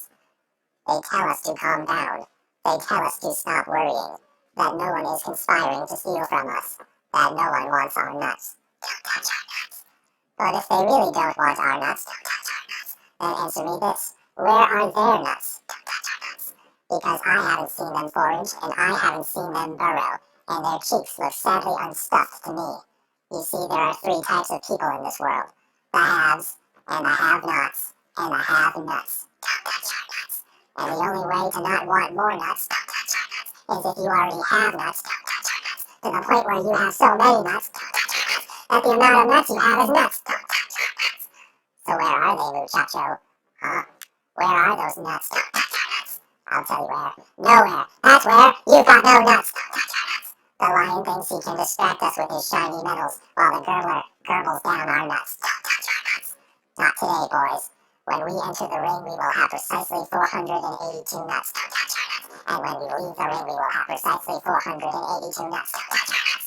Because on Thursday, we're turning QAW into QADTON. Quarantine action. Don't touch our nuts. Don't touch our nuts. And now those bedroom eyes looking to Gurbler up the competition as the Gurbler takes on Ryan the Lion James and Don't Touch Our Nuts. Three competitors who made their debut 2 weeks ago in that Fatal 5-Way, also including AJ Steele and the Gourmet.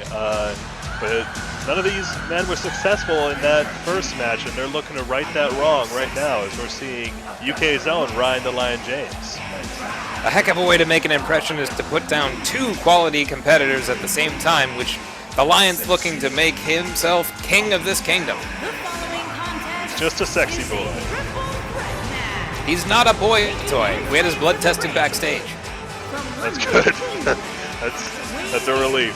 But you can see there him wearing that medal as he asks his opponents, where are their medals? And frankly, I want to know where he got that medal. Maybe he was in the Olympics alongside Lilac Dream. Perhaps indeed. Looking to test the medal, if you will, of the Gurbler and that robot, cyborg, scarecrow combination we call Don't Touch Our Nuts.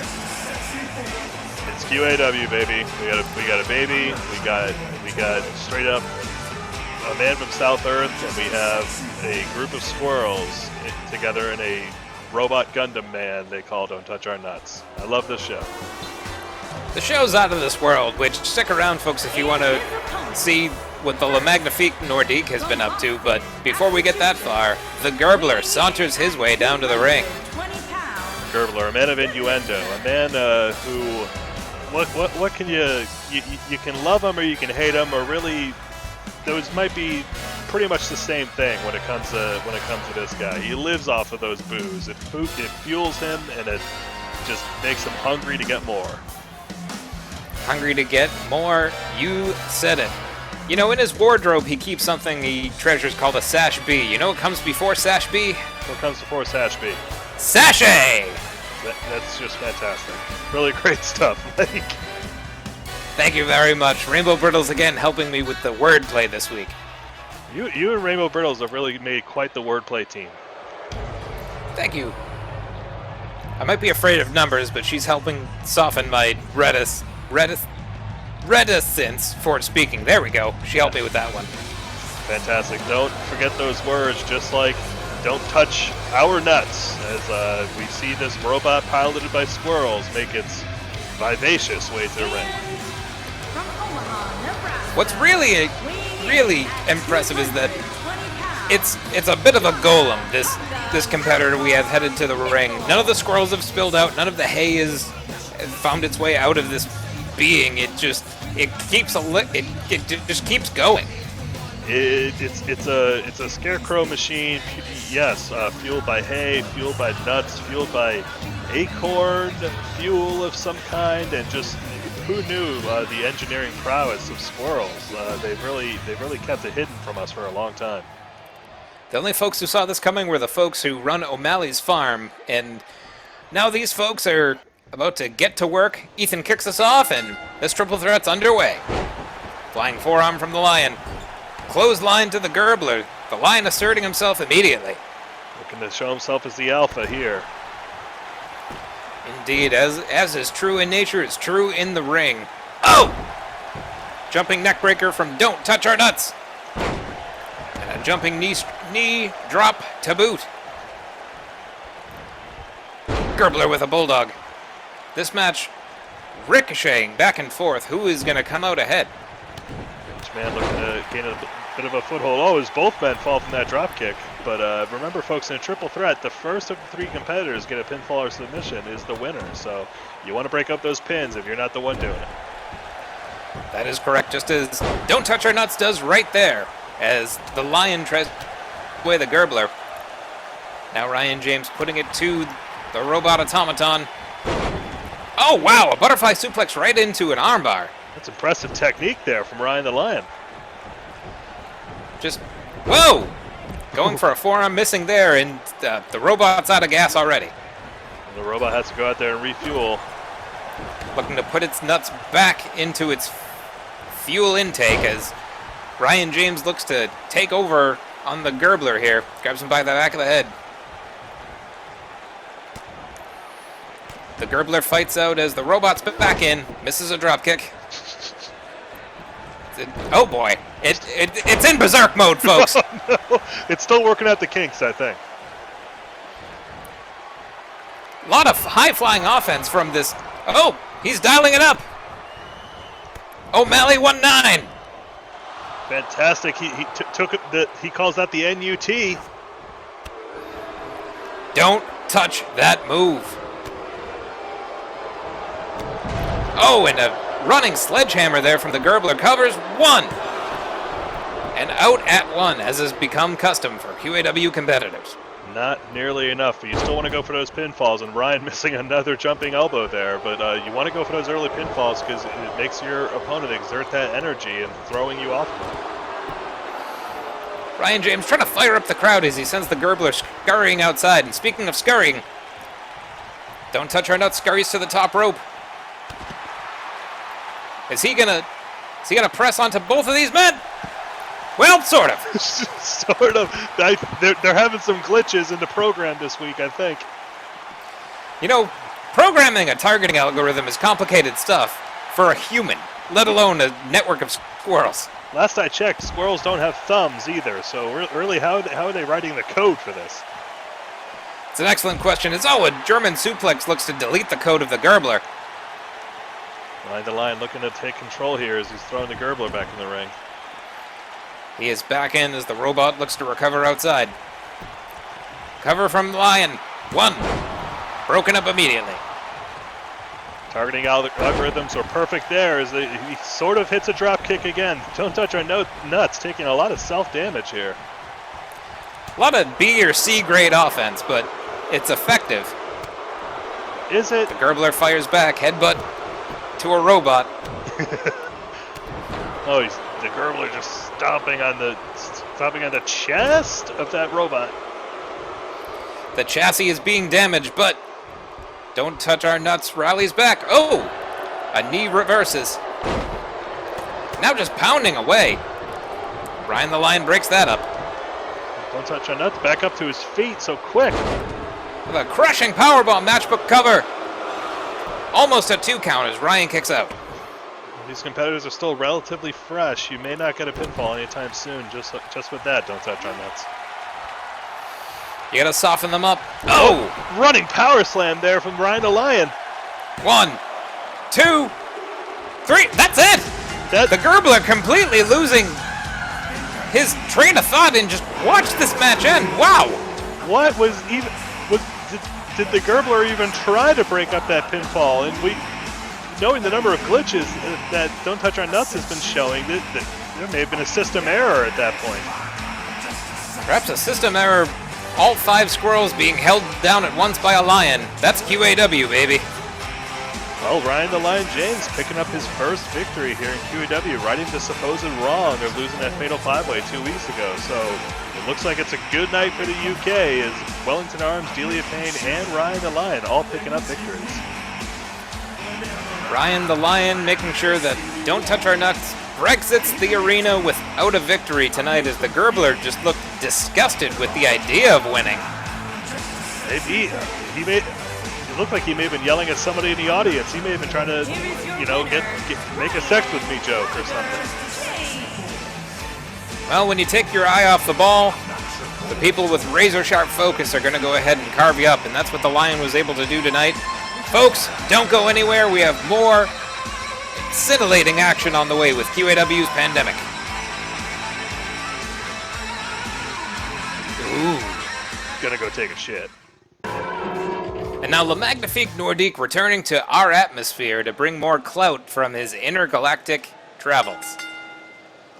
The following contest is scheduled for one fall and is for the prestigious Universal Global Wrestling Championship. The prestigious Universal Global Wrestling Champ. All right, Karen. That certainly is one way to put it, but yes, Magnifique Nordique has returned from space. He's defending his intergalactic championship against Jake Sully of Avatar fame from the planet Pandora. What a special entrance! A man from Pandora, from the blockbuster film. He's been signed by QAW. We have an infinite amount of money, it seems. Apparently, and who knew that the Navi had mastered spaceflight? But I guess of all of them, Jake Sully would be the one to do it. Certainly would, as he enters to his ceremonial people's music. This is breathtaking. How tall is this man? He looks to be at least 7 feet tall. He might rival the beautiful beast in height. Well, he thankfully has acclimated to our atmosphere enough to challenge the Magnifique Nordique to a brand new championship here in QAW. The Magnifique, he said he was going to space, and right after the match, folks, win or lose, stick around, because I will be doing a one-on-one interview with the Magnifique Nordique just to get a little bit of information on where exactly he has been. But you see him right there wearing that black gold? Transparent strap title. It's from outer space, folks, so it doesn't exactly react to our clothing. Could be, what do they call it, dark matter? Who knows what element that belt is made of, but it's certainly something the Magnifique Nordique can carry. Well, the Magnifique Nordique spouts nothing but antimatter, because I have an anti-opinion of him. Well, he is French, and we know how you feel about the French. Can't trust him, wouldn't date him. Well, you must have been infuriated by that performance from Celine Dion earlier then. You know, Celine's grown on me like a fungus. That's how I feel about the Magnifique Nordique. He's a bottom feeder, folks. I bet he stole that title when he was in space. Well, he very well could have, but perhaps Jake Sully looking to steal it back from the Magnifique Nordique as he has brought the Intergalactic Championship to Earth. And let's see if he can defend it here. We are underway for the first defense of the Intergalactic Championship. Come on, Brett. Let's see if he got it. Come on, Brett. Hey! All right. Nice job, Brett. The challenger from out of this world, weighing in at 319 pounds, the natural Jake Sullivan. Well, all right. 3 out of 4, Karen. I mean, you still got it. She said his name better than most of the rosters. The champion. It's true. From Maryville, Quebec, Canada, weighing in at 220 pounds, he is the prestigious Universal Global Wrestling Champion, Magnificent #1. Wow, Karen. Oh boy. Just tell us how you really feel. I mean, it's a long championship name to say, I guess, and yep, it looks like Ethan also can interact with that element, so it might not be poisonous just yet. Excellent, as Ethan holds it up proudly, saying, "Hey everyone, look at me." We see you, Ethan, we see you. Now the Magnifique squaring off with Jake, giving up 100 pounds in this encounter, and here we go. Forearms immediately, right to the chin, which, if you're going to run a prison yard, you go ahead and you punch the biggest guy in the mouth, as the Magnifique looking to assert dominance. He's doing it already, just not giving Jake Sully any quarter here, but you have to wonder if Jake Sully is still adapting to our climate, perhaps, our oxygen. Whipping the Magnifique into the corner there. Oh, and a spinning tribal forearm finds its mark. Misses the knee. Let's see if this Native American metaphor can be victorious in this match. A metaphor come to life. Oh! Forearm bouncing right off the forehead of the Magnifique, pouring it on. Magnifique counters. And a running punch right to the chest. And now right to the loincloth. Oh, he's punching the loincloth. We assume there's some kind of genitalia under there, but who can be sure? Well, if I remember right from the movie, I think they have sex with their hair, don't they? That's gross. Hey, who am I to judge? I lost my virginity in Hawaii. That's fair, but I'm going to bang my gavel. That's gross. All right, knee to the back. The shampoo industry is just booming there, I bet. All right, the Magnifique Nordique's back up. Ooh. Flying crossbody. Loincloth is rolled up. You're really fixated on that loincloth. There's a lot happening. It's QAW. Shot to the back, spinning forearm again. Now this... Whoa! Punch misses, kick misses. Both of these men might be trying to readapt to Earth's atmosphere. I mean, for who knows how long the Nordique has been back on Earth, and he's been away for at least, 3 weeks? And in space-time, who knows how long that is. Sends the head of Jake bouncing off the men's warehouse official sponsorship desk, and, well, gentlemen, make that man a suit. He's indecent. They must be talking about it already. If we ever let them get back to work. But no, Nordique just driving his head across those ropes. All right, looks like, okay, there are some wrestling tights under that loincloth. Excellent. I was concerned for the children at home. That's fine. 1. Jake out at 1. He's adapted to the QAW traditions of kicking out at 1. We've seen a lot of heart from him in his fight against for that uniptonium, but I don't know if that's necessarily going to translate to QAW. This is a different beast, as we just saw the master of the arm drag pull out his signature move. That arm drag masterfully sending Jake into the corner, now repositioning him here. Is that enough? 1, 2, no! Jake out at 2. The arm drag not enough to keep down this man. Almost. Magnifique might be zeroing in on a victory, though. Crucifix bomb. Kick to the back. He's got to be softening him up, you think, for the abdominal stretch. No, I think he's going to pull out a new move in his arsenal, folks. He's hitting him with the moonsault. The moonsault onto this world, and it lands. Houston, we have a winner. 1, 2, 3. The Magnifique Nordique dispatches of his first challenger and is successful in defending the Intergalactic Championship. Folks, the Intergalactic Championship is now, the QAW is now the home to that championship as the Galaxy's Eye turns to Earth, and the Magnifique Nordique is our first ever Intergalactic Champion, folks. I think the portal's been opened. Step on through to the other side.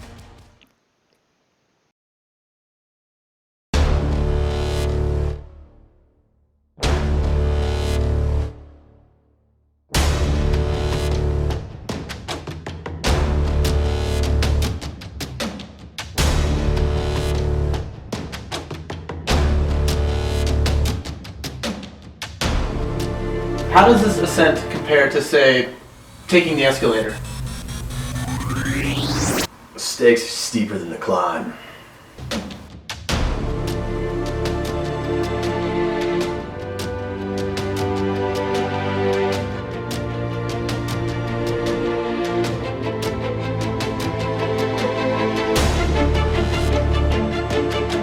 Casual commuters think, stairs, what's the big deal? The serious ones don't even look at the stairs. Every day I take the T to and from work. And every day I look at those stairs and think, whoa, that's fucking scary. I'll never be able to live with myself if I don't try it. Even if the escalator isn't out of order.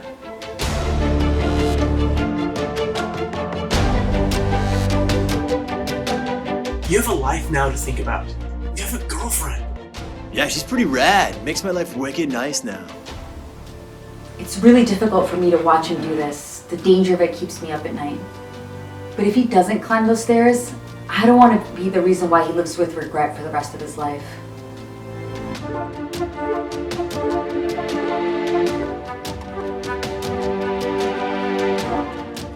What if something happens? I just can't take it.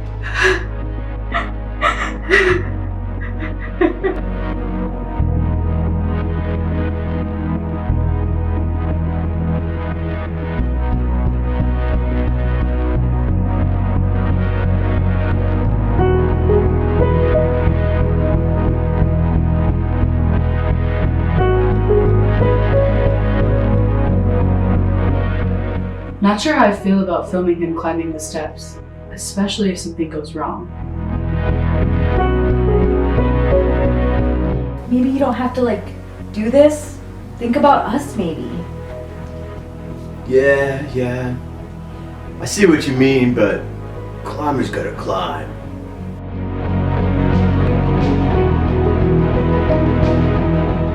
Once you push the edge, eventually, you find that edge.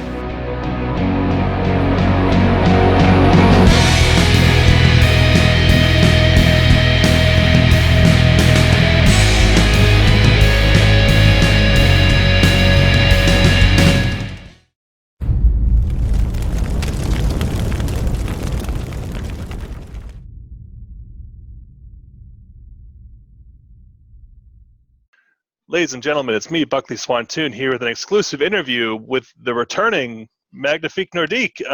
Nordique, what was, explain to us, what was that belt you're carrying? Bonjour, Buckley. The belt I was carrying is the most coveted piece of jewelry in the universe. It is the Intergalactic title. You know it's important because it came from outside the QAW. You are too earthly, and I had to go elsewhere. That is why my absence has lasted so many weeks. I was recovering from my last title match. I had a space cookie. I watched the Rocketeer on VHS in quarantine, and I was visited by some machinery. They took me up. They gave me probe. When I woke up, I had this title belt, the Intergalactic Championship. That is what it is. I also got this Intergalactic wrist holder for my carpal tunnel syndrome from doing so many wrist locks. Well, so you've been in space, quite literally. Yes, that's right. I've been beyond the 6 feet of space you stupid earthly beings are using. I have been beyond the stars, up and away, as you say. As you know, Canada was the first country to go to the moon. So I went back there, and I find myself the championship gold that eluded me in the North American continent. Well, you certainly have, as we just saw, you defeating Jake Sully of Avatar fame from Pandora, and now, yes, quite handily defending your Yes, that's right. I completely devastated the Avatar and the American military Space Force who was running him in his tank. I've seen the movie. It was released here on airplanes in Quebec City, dubbed with subtitles and the dubbing. It was all good voice actors. Gerard Depardieu played the main blue guy. But that's right. I will continue to devastate any being from outer space. I will bring them down to the Terran landscape of QAW. I will devastate them. I will use the rings of Saturn. I will do a moonsault. I will make everybody in their locker room jealous with their petty belts. Nothing. Well, the Magnifique Nordique, ladies and gentlemen, making his intentions clear. Do you have any final parting words, perhaps for the rest of the roster or our fan base? Oh, well, if the roster wants a shot at my belt, then they can join NASA. They can join the Russian space program. They can come sit to me, and I will send them to the moon. Alex, as they say. Yes. Well, Nordique, thank you so much for your time, and congrats on your victory. You are welcome, and no need for congratulations. I am the champion. It is inevitable. And welcome back to the 2016 Olympics here in beautiful Brazil. We are continuing our coverage of the ladies' gymnastics competition. Next up to the parallel bars is Lilac Dream. Lilac was a competitor in London, but has since peaked and is on the downswing here in Brazil, her average score not topping an 8 this entire time. It's been hard to watch. Yeah, that's right, Andy. This entire event has honestly been hard to watch. I mean, nobody even gets furniture slammed into their head anywhere at the Olympics. What a pussy sport franchise. Couldn't agree more, Seth. Okay, Lilac takes to the bars. She is swinging around a lot. Do something else. And now she is moving from one bar to the other bar. She's gonna need more momentum than that to reach that bar. And keep me awake. Oh, shit. She missed the bar. She missed the bar, folks. Seems like she may have broken her arm. She just reached too soon. Reached too soon indeed, but let's see what the judges have to say. A good score would make it worth it, but I don't see that happening. Here comes the score, and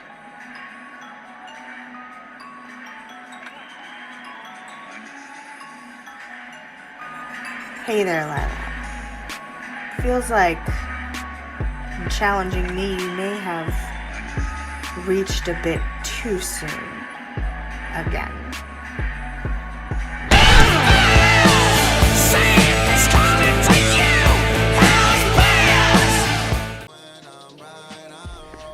And in our non-title encounter, we have the Lilac Dream, the former Olympian, taking on AC Voltz, with both being seconded by some colorful characters. Yeah, well, Lilac Dream now under the managership and the tutelage of Keaton, looking to really heighten her impact here in the world of professional wrestling, and it's paid in dividends for her so far. Whatever focus Keaton has been giving her is certainly doing its job. Keaton the Kitten Man always gets his food, and all those extra burpees that Lilac Dream has been doing, as you said, has been bolstering her endurance, her strength, and you gotta think that she's right on the cusp of challenging AC Voltz for the QAW Women's Championship. Well, yeah, I mean, just, again, accepting that open challenge from AC Voltz, even though AC Voltz did clarify not for the championship, but still, a win here is just going to help her stock rise as much as it already has, picking up victories over Mara Buse and Rainbow Brittles in the past. It's a heck of a resume, as AC Voltz no slouch herself. She's yet to be pinned here in QAW. As Joan Jett booms through the arena, our QAW Women's Champion makes her entrance and electrifies this crowd. The newest member of the generation, and here, Diamond David Thomas, the returning Diamond David Thomas, accompanying her to the ring. AC Voltz, again, just looking to get to the top and stay there. Power is power, as David Thomas there looks like he put a shirt on, which is very nice of him. Well, as we saw in his announcement before, he seems to have adopted a new mantra of Taekwondo David, and he describes it as martial arts for the corporate man. But the focus isn't on him, it's on AC Voltz, and looking to see if she can keep her undefeated streak going and maintain her clear and obvious domination over the QAW Women's Division. Trading in his Six Sigma black belt for a Taekwondo belt. Looks like Diamond David is now a martial arts master, as Lilac looks to leverage her athletic prowess against the shocking offense of AC Voltz. Ethan kicks us off, and immediately an arm drag there from AC Voltz. Lilac down. We know the gymnastics background of Lilac Dream, but AC Voltz, no stranger to high flying herself. She might be trying to make a point here. Oh, well, the point is on the jaw of Lilac as a jumping back heel kick finds its mark. Jawbreaker from the Dream. Running head scissors as well. These two red-haired dynamos are looking to overcome one another. Back heel kick there from AC Voltz.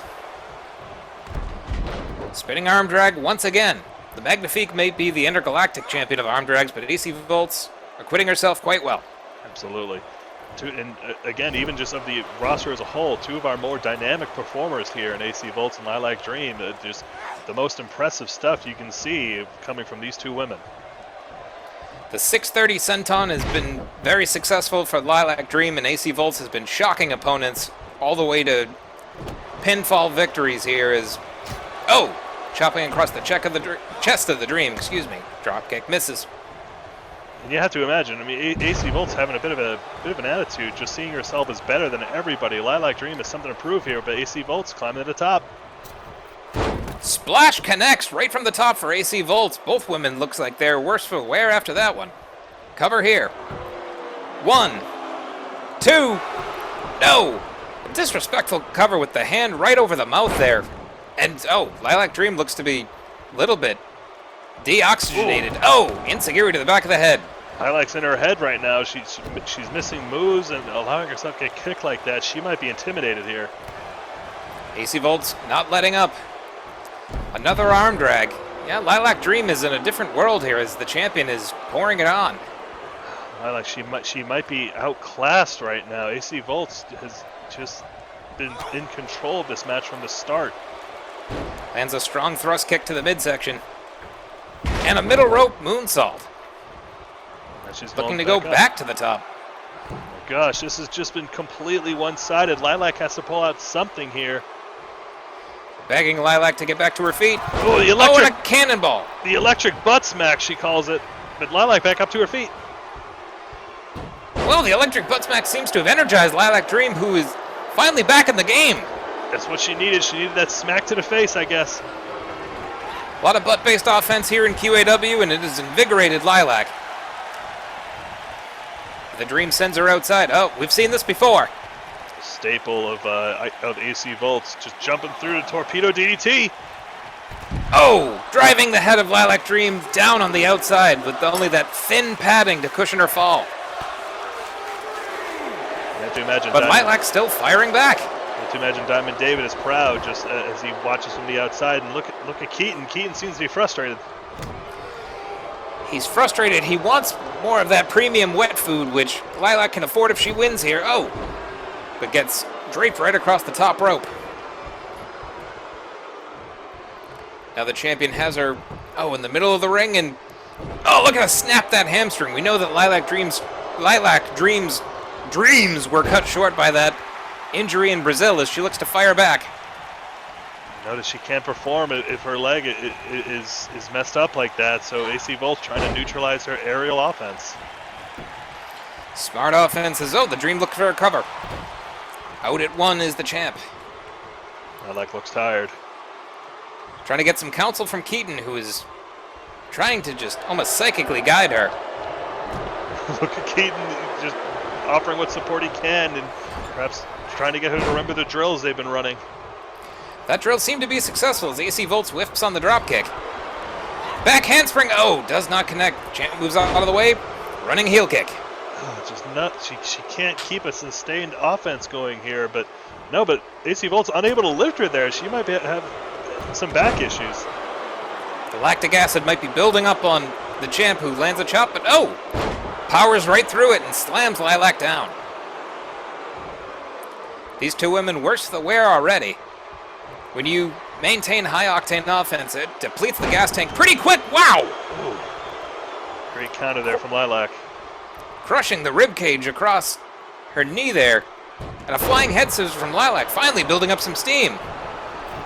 She might be I think she may be trying to bust it out here, but she's hesitating. She can't be hesitating. Come on, Lilac. 630. 630! Is this enough? 1, 2. No, the champion kicks out. She hesitated up there. She needed to hit that right as she got up there. That could be what costs her. Hesitate and be lost forever. Lilac Dream's going to have to start over again, trying to wear down the champ. Back heel kick from AC Voltz. Shot to the kidneys. Back elbow from the Dream. Running drop kick. stringing together enough moves, but no. Another hip toss there, arm drag from AC Voltz. AC Voltz isn't going to let herself stay down as long as she did before. Oh, and sends her careening off the ropes. Keaton looking on, very interested. What is going on? Boot to the face. What is going on in the mind of Keaton right now? A trio of head scissors. Third one, the hat trick there for Lilac Dream, who's going up back. Is this going to be a second 630? No! Misses that corkscrew. 1, 2, no! The corkscrew did not hit its target, but Lilac Dream not done yet. And wow! Double rotations, flying head scissors from AC Voltz, who's going back to the top. AC Voltz now, she after capitalizing on avoiding that move, she might be trying to end this now with the lightning strike. Lightning strike, has she grounded Lilac Dream? 1, 2, 3, and that is it. The champion, successful in her first invitation. It's just an absolute masterclass there. She not letting Lilac to get any sustained offense, and Lilac had a great chance there. She actually hit the 630 senton, but again, that hesitation may have been what cost her. The champion took the best shot that Lilac Dream had to offer and still kept coming. And AC Voltz just was able to string together enough significant offense to keep the prodigy of Keaton the Kitten Man down. Lilac's first loss in a while, but her star still shines bright. She did pull off some impressive moves here, but she might have to go back to the drawing board in order to take down the champ. Well, she may not get a victory tonight, but Keaton the Kit Man always gets his food, so she's going to have to feed her coach and start over again. Folks, don't go anywhere. As you saw, the generation is out here making their presence felt. AC Voltz, Taekwon David. We have more QAW action in store. Stick around for a medical update on Boston's biggest bad boy, James Malone. If you like updates, too good. Yeah. You don't get up from a fall like that. Concentrated a lot of his damage or injuries to the lower thoracic and lower lumbar. He could have issues with bladder control at that point. Busted ribs, pulmonary contusion, splenic laceration, kidney injuries. Pushed around in wheelchairs in some sort of chronic care facility. Remove parts of his skin with this thing that looks like a cheese cutter, and then they're going to need to graft it onto his hand. Besides bleeding, I would suspect that a nerve damage would have happened at this point. Tetanus? The face is screwed. We're talking ocular fractures, nasal fractures. If you get a bleed in there, especially a fast bleed where it starts taking up space quicker, it pushes on the brain so that it stops functioning and leads to death. Teeth are going to go flying if you get hit like this. We're talking fractured little teeth, so you're gonna have like meth mouth right in the middle of the chest. That sternum is cracked. That sternum is screwed. You can open up their aorta or their central veins and they can bleed to death like that. If he did break it and it punctured a lung, then obviously he wouldn't be able to breathe.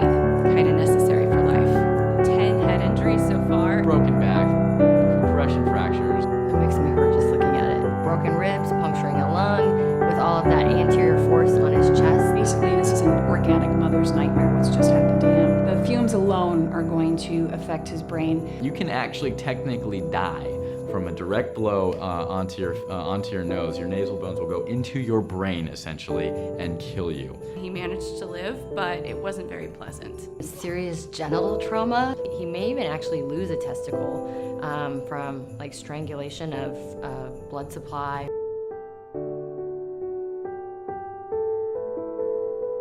Done. Skull would rip open, skull fracture, brains would be out on the ground here. That's death. Yeah, that guy wouldn't be moving.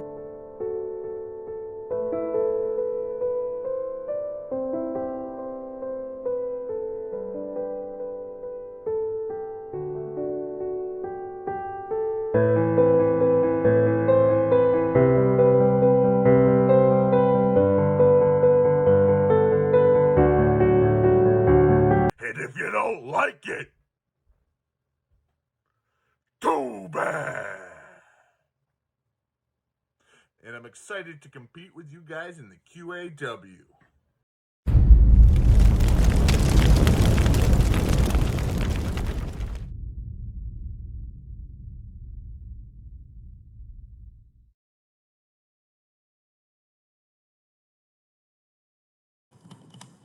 This is Conspiracy Carl reporting from within the bunker. Coming up, I have news for everyone thinking that 5G is not the source of the virus.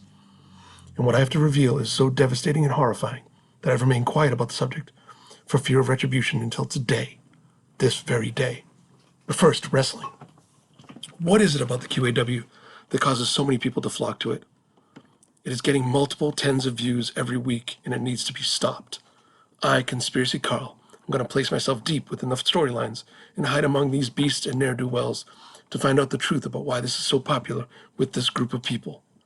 I'll find out the truth if it means getting hurt or even, dare I say, killed. Because I'm Conspiracy Carl, head of the Conspiracy Files, and I always get my story. The earth is flat, people. You try to walk on a ball, you'll fall down, idiots. The 5G story will have to wait until next week, lucky viewers. I've got some wrestling to do.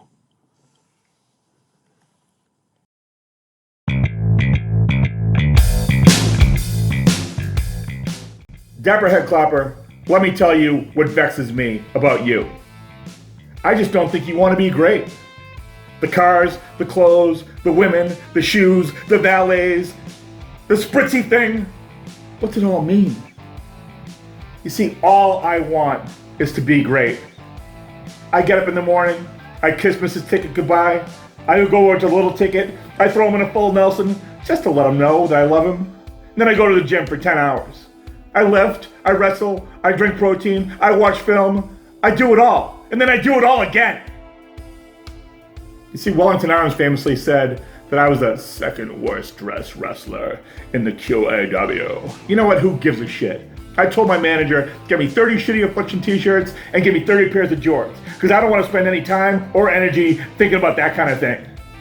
You know, very famously, the founder of Apple wore the same mock turtleneck and the same pair of jeans every day for 30 years. And you know what? That's what I am. I'm the Steve Jobs of kicking your ass. You see, Clapper? I know there's greatness in you. I've seen it. I've felt it. I've bled it. And I'm gonna drag it out of you whether you like it or not. Because after all, I'm me and you're just you.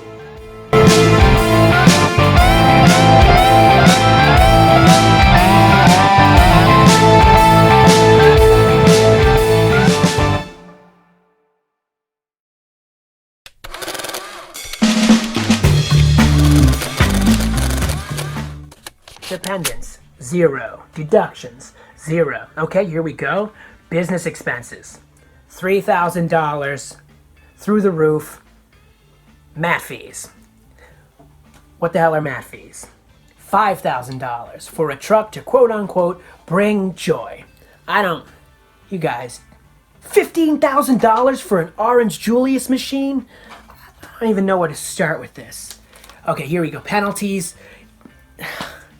I don't even know what I'm looking at. My brothers are going to be the death of me here. Oh, hey everybody. How's it going? I'm the accountant. I do all of the numbers for the QAW wrestlers, and let me tell you something. They need a lot of help. For example, the Dapper Head Clapper, just one of his jackets costs more than QAW's entire production budget for a year. And then he expenses it, and get this, Diamond David pays it. Rainbow Brittles tries to claim a chair as a dependent. And no matter how many times I explain to her that just doesn't work from the IRS's standpoint, it's just... And you try getting a W-2 or a 1099 from the clown. What I'm trying to say is, my work isn't easy. I spend almost all of my time on the back end trying to make these numbers work, which is why I rarely have the time to mix it up in the ring. But now I'm gonna make the time, because I'm the accountant, and I'm a numbers man. And there are 3 truths in this world: death, taxes, and me kicking your ass. So once I'm done with these numbers, I'll see you in the ring. God damn these guys.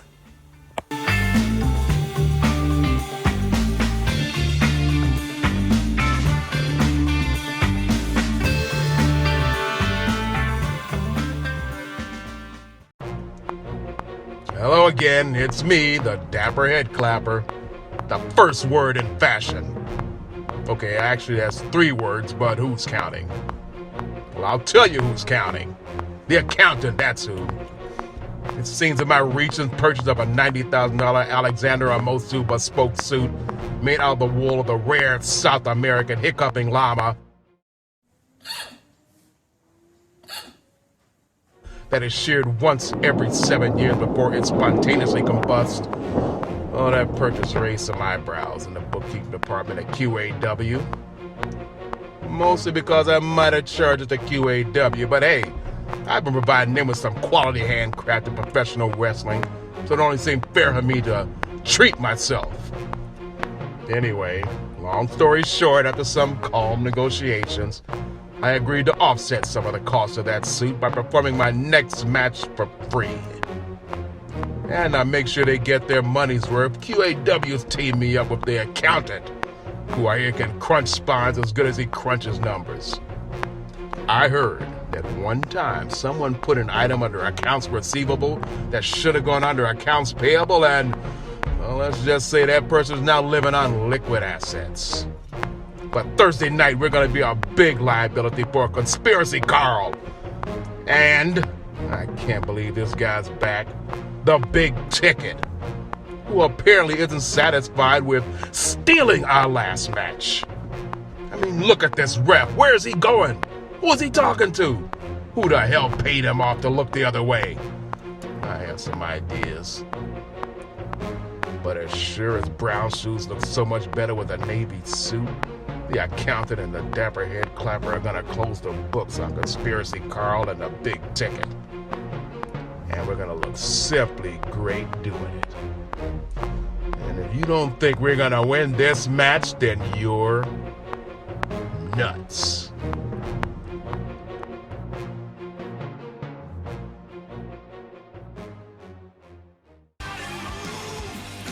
More tag team action coming your way as Conspiracy Carl teams up with the Big Ticket Rich Dembowski against the Dapper Head Clapper and the Accountant. We've a lot of beef between Dapper Head Clapper and Rich Dembowski, having a potential match of the year in the first round of the Wellington Classic, where Rich Dembowski put away the Dapper Head Clapper and then offering a handshake, to which Dapper then kicked him in the nuts.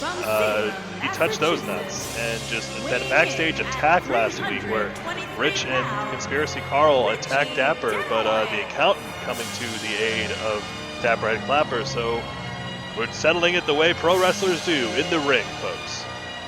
Trying to contain all of that animosity between four corners, which Rich Dembowski, no slouch in between those ropes, folks, and looks like him and Conspiracy Carl are going to make a dynamite combination. Well, just remember, as Rich Dembowski says, it's because he is him and you are me. Or he's me and you're you. A real verbal house of mirrors there. It really doesn't work if anybody else says it. Well, that's part of what makes Rich Dembowski the Big Ticket. You gotta pay money to see excellence. Absolutely, just that cocksure attitude. He's earned it. One of those big beefy boys I love so much, and doing quite well here in QAW, but has yet to pick up the opportunities he feels he deserves. And now making his QAW in-ring debut, it's Conspiracy Carl. Conspiracy Carl, the host of the Conspiracy, the QAW Conspiracy Files.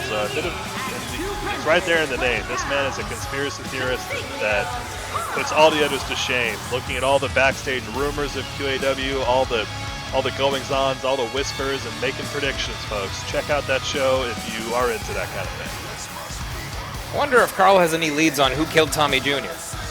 You know, you gotta imagine he's the one who provided that footage. So honestly, if he doesn't, then I'm not sure who does, because we don't keep cameras around here. Not at all. And Conspiracy Carl making his presence felt as the first of two men. And oh, what is that alluring sound and scent?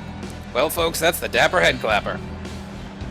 Look at him, looking as good as ever. We've missed him in the ring the past few weeks. And that combo, the suit, the hat, the feather in the hat, the scarf. Just, this is a man. You have to imagine those men from Men's Warehouse are just drooling every time Dapper Head Clapper comes out. The personification of suited excellence. The Dapper Head Clapper looking to clapped the head of Conspiracy Carl and the Big Ticket, looking to punch his ticket in his first tag team victory tonight. Big Ticket and Dapper Head Clapper, just two big egos, two big fighters, and just looking to finally get a one-up on each other. And let's hope that, well, we'll see if that beef is settled tonight. Two purveyors of pile drivers looking to up themselves tonight.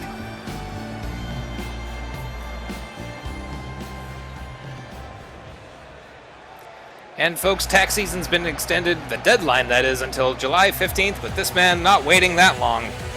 The accountant is here. Well, as we saw him say earlier, there are three things certain in life: death, taxes, and him kicking your ass. As yet another faculty member, a man on, literally on QAW's salary payroll, lacing up some loafers of his own to get into the ring. The only man who knows in certainty how much money we're spending on production and importing aliens. There's a lot of weight that's going to be balanced on this man's shoulder. Maybe that's what he does instead of working out. He just lifts the bank balance of QAW. Very well could. Commenting on the price of Orange Julius, the Dippin' Dots, and Diamond David Thomas's entrance. This man, well, he's saddled with quite the load, and I'm not talking about just in the ring. You love those big boys. I certainly do. Well, stay tuned to a conspiracy file that may look into how Buckley ever got laid, and here we go! Flying crossbody from the Big Ticket, down goes the head clapper. It's a short episode, I promise you. Back, body, drop, head clapper in control now. Working on the eyes of Rich Dembowski. And we know Dapper Head Clapper, a man of technique, yet also willing to take the short road if he needs to. He doesn't always fight as clean as his suit implies. Not afraid to get his hands dirty, even if his threads stay clean, as Rich Dembowski tries to send him out, but Conspiracy Carl checks in. And a neck breaker. Connecting on the head clapper is a man who's dressed in slightly more, let's say, reserved garb goes to work. Slightly. Conspiracy Carl, he's kind of dressed like a British mercenary in Iraq, and that might be his intention. Now looking to grind his face into the mat, the head clapper just placing that knee across the back of the head. Sends Carl into the ropes. Oh, into the corner as it is. The two suited gentlemen going to town on Conspiracy Carl here. And a double axe handle right to the forearm. Let's see if the accountant can withstand these ring numbers. Brings him back in. Conspiracy Carl looking to army crawl his way out of danger.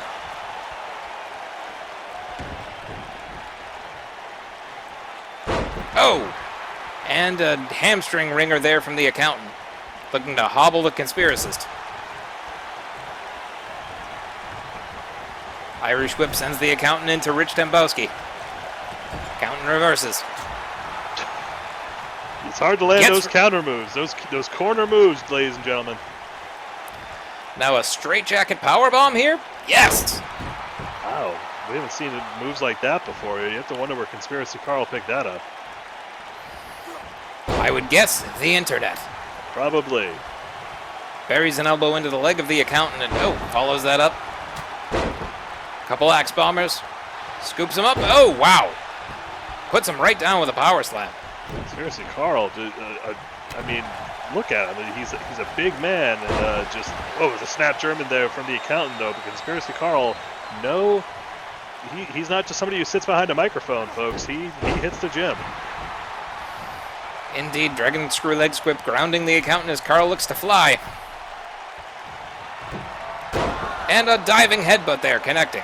Oh, he calls that the moon landing, folks. That was a real one. Whoa! Running senton, we've had moonsaults, we've had moon landings. Tonight's episode of QAW is all you space phobes, you're getting your fill. And if you're not getting your fill of professional wrestling action, we hope that you're not, folks. Please, we're on Twitch every single Thursday night at 8 p.m. Please like, share, subscribe, or whatever the Twitch equivalent of that is. Tell a friend, tell a relative. Oh! Oh, but he's locking the accountant in the rings of Saturn. The rings of Saturn. Is this going to be enough? And yep, the pencil pusher gives up. Conspiracy Carl is successful. Oh, the accountant is just not able to really get any kind of offense. I don't think the Dapper Headclapper was even expecting him to tap out that quick. Maybe not, but tap out quick he did as Conspiracy Carl puts an office worker through the ringer, and that's it. Well, if you ask me, I don't think that this really settles anything between Dapper and Rich. These two looking to find some partners to do their dirty work, but they only laid fists on each other a little bit at the start of the match. They might have more business to settle. I would certainly say so. They barely interacted here. It looks like their issues are only going to deepen with less time touched. It's amazing. A man who I kind of feel like has never paid taxes before in his life just made a tax man tap out. It's an excellent point. Is Rich Dembowski proud of the work that Carl did here tonight? A win is a win. Consiglio? Consiglio?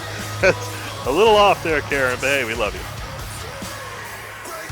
Well, I'm not the only one learning new words tonight. Well, folks, stick around as we have more pleasing sounds and words for your palate. Please?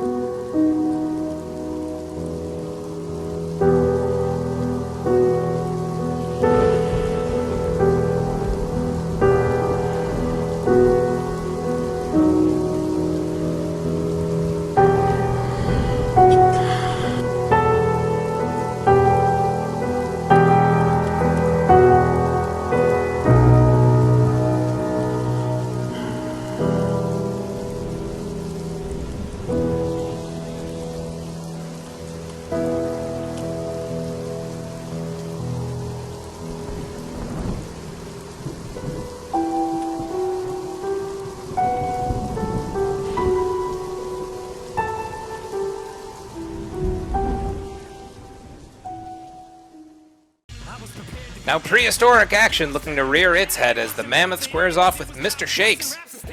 We were talking about him earlier, and now Mr. Shakes making his in-ring return against a member of the generation who has a lot to prove. The only man to be eliminated in that match in Essential Business, and we haven't seen a whole lot of him since. You can't imagine he's in the best graces with Diamond David right now.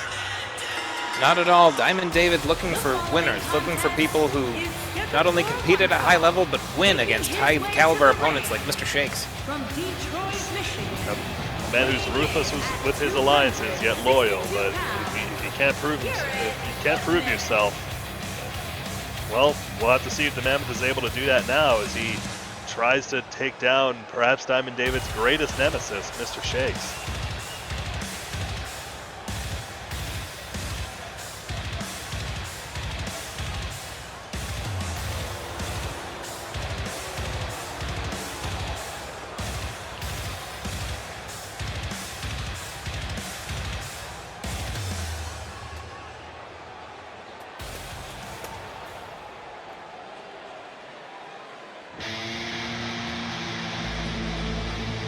Comes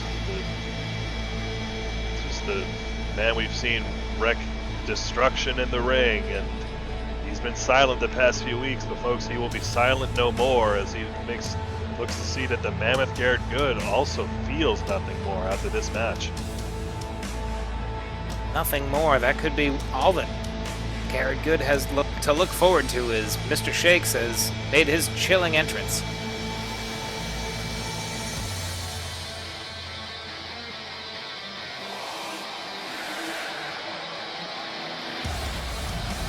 Apologies, folks. So that smoke that you're seeing, that's part of the tire tracks that I couldn't resist. I went for a joyride on my car's motorcycle. I couldn't get enough.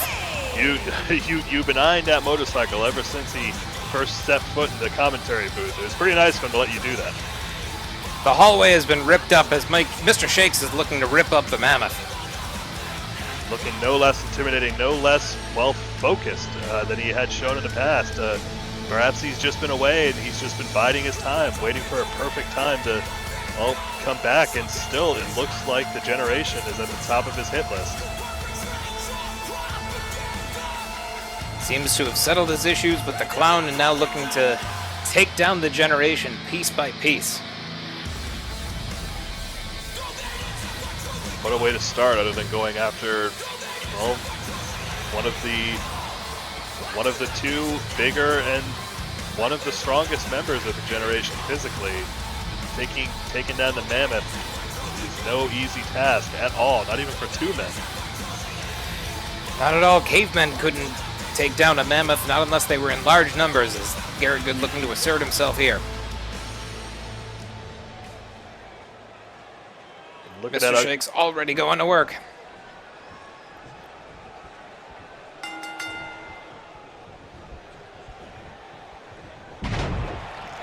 And you gotta wonder if Mr. Shakes is successful here tonight. We haven't seen the Mammoth much around with the Generation. Could this be, the beginning of the end for Garrett Good? Well, very well could be a bit of a test that Diamond David has put in front of him. Let's see, but Garrett Good, ever since that match at Essential Business, has just not been himself. He's lacked focus. He hasn't had the same dominating presence that he's had in the past. You really have to wonder what's going through his head. Confidence certainly could be shaken. The only member of the Generation eliminated in that elimination matchup.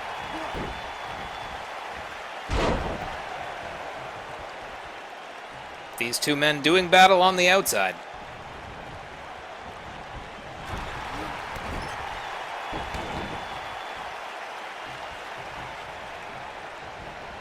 But Mr. Shakes certainly no slouch, looking to fight off the Mammoth, looking to overcome pure might with might of his own. Just, Mr. Shea, I mean, we've seen his strength on display. We've seen how he's able to just take out opponents so quick, and it almost seems like with a target as big as the Mammoth, he's just having fun, just tearing him down. Dismantling this behemoth of a man.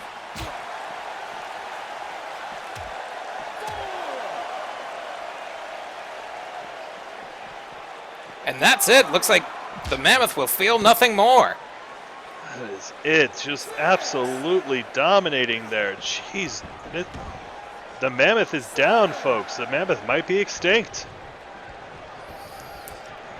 Well, if you wanted to see any more of the Mammoth, you might have to buy a ticket to a museum, because Mr. Shakes does not get paid by the hour. Easily dispatches of Garrett Good.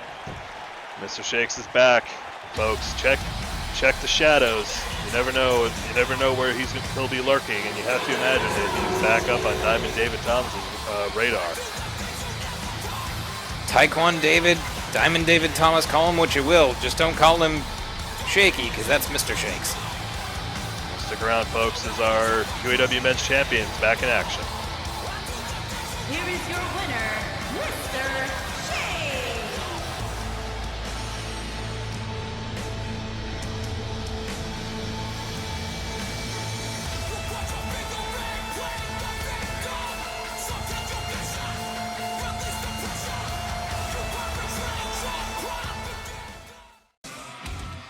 And now, you'll get what's coming to him. Amrak makes his return to QAW as he looks to take on our champion, Mike Carr.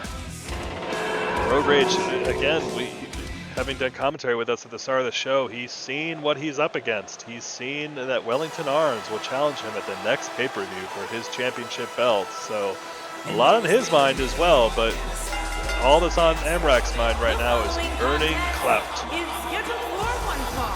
Amrak certainly had an auspicious start here in QAW. He's tangled with the likes of the now dead Tommy Jr. and others, but has yet to be victorious in QAW.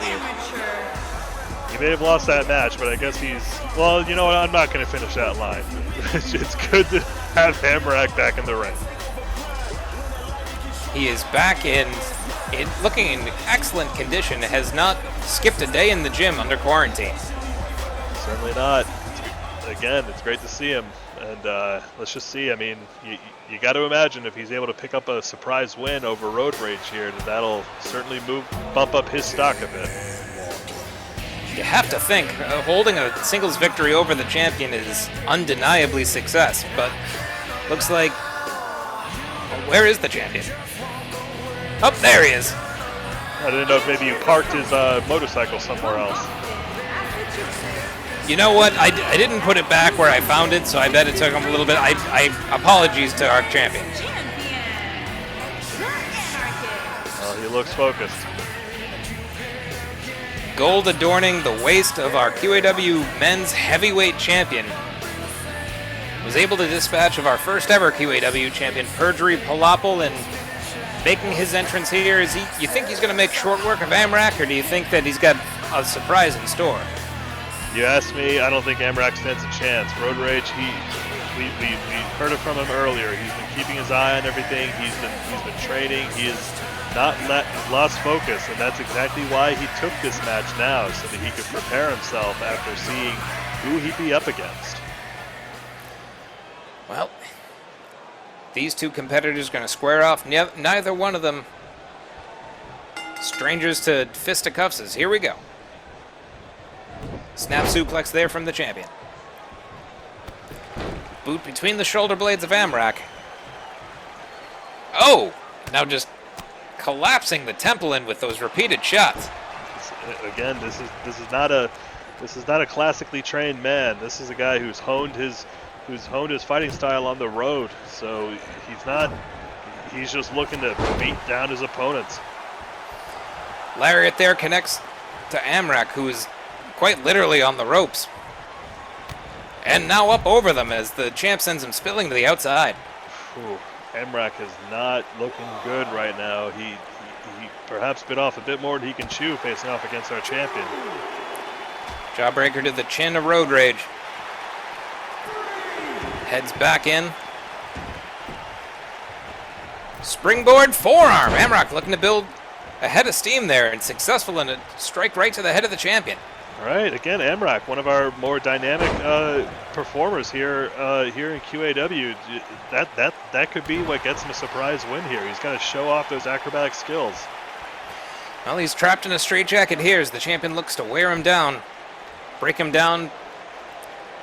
Amrak able to escape, it seems. As you said, it's going to have to be dynamic and have to find a way around those twists and turns that the champion,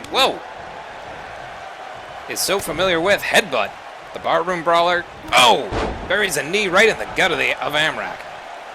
Amrak being shown the kitchen sink. Road Rage is not pulling anything right now. He wants to be in fighting form.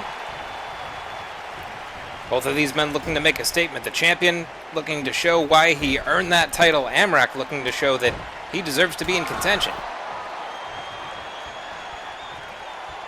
Sets up Road Rage. What does he have in store here? Drive-by kick by Amrak connects. Road Rage, no stranger of drive-bys, and just now taking one right to the head. 1, 2, no.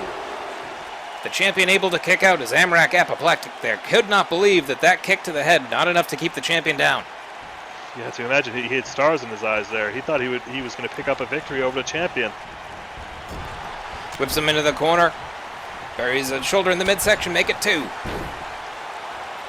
And a slingshot drop kick there from Amrak. Great stuff here. He's getting that consistent offense going. And another kitchen sink is able to ground him. Looks like the champ's shifting into high gear. The champ is looking to shut him down now.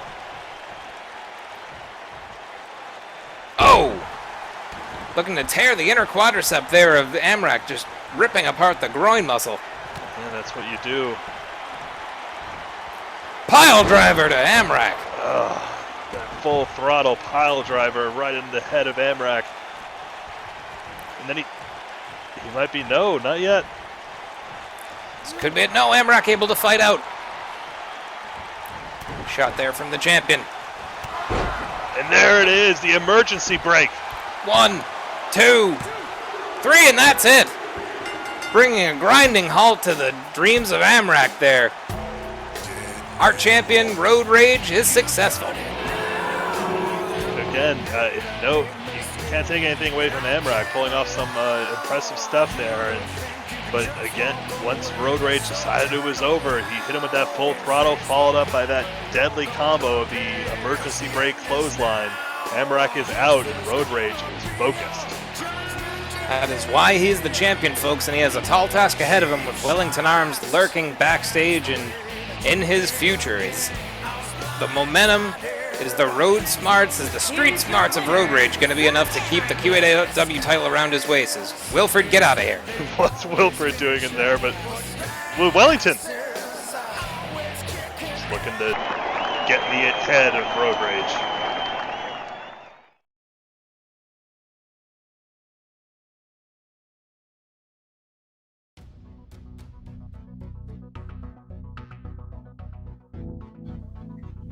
Ryan Rock Moonves, good to see you. Good to see you, D.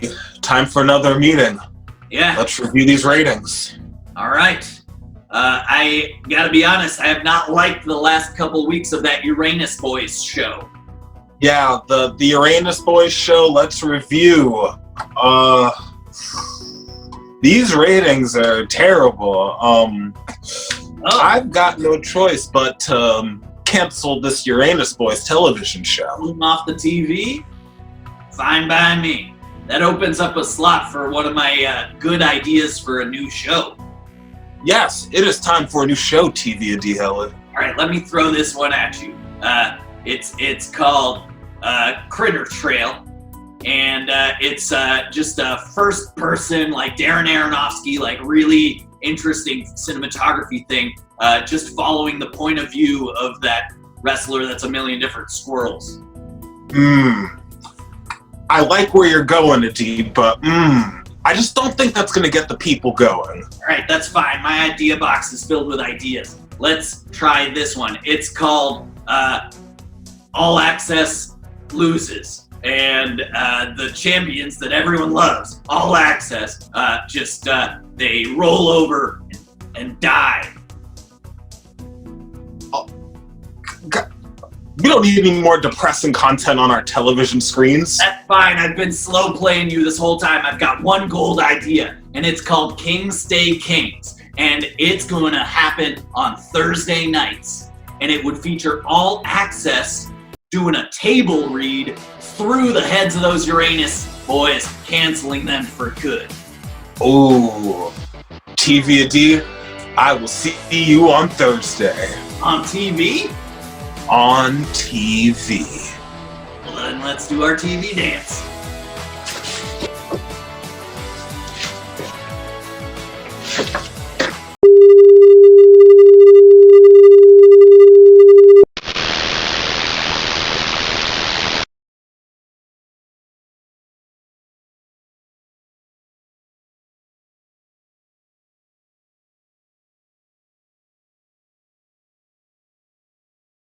Tonight, the Uranus boys will achieve the greatest accomplishment two humans can achieve. QAW Tag Team titles. We will infiltrate and eradicate All Access like we have previously. They are betas and chickens. To prepare for this historical occasion, I have attached Zio to my human thorax. Zio, what say you? Hey, it is Zio. I am really excited to combine with Andy to supercharge our abilities. Yes, this is Zio. I am hanging out with Romulax and Bingborg 23. They are all definitely not from Saturn, and we will definitely be tag team champions. So there you have it. I am not from Saturn and the Uranus boys will be tag champs.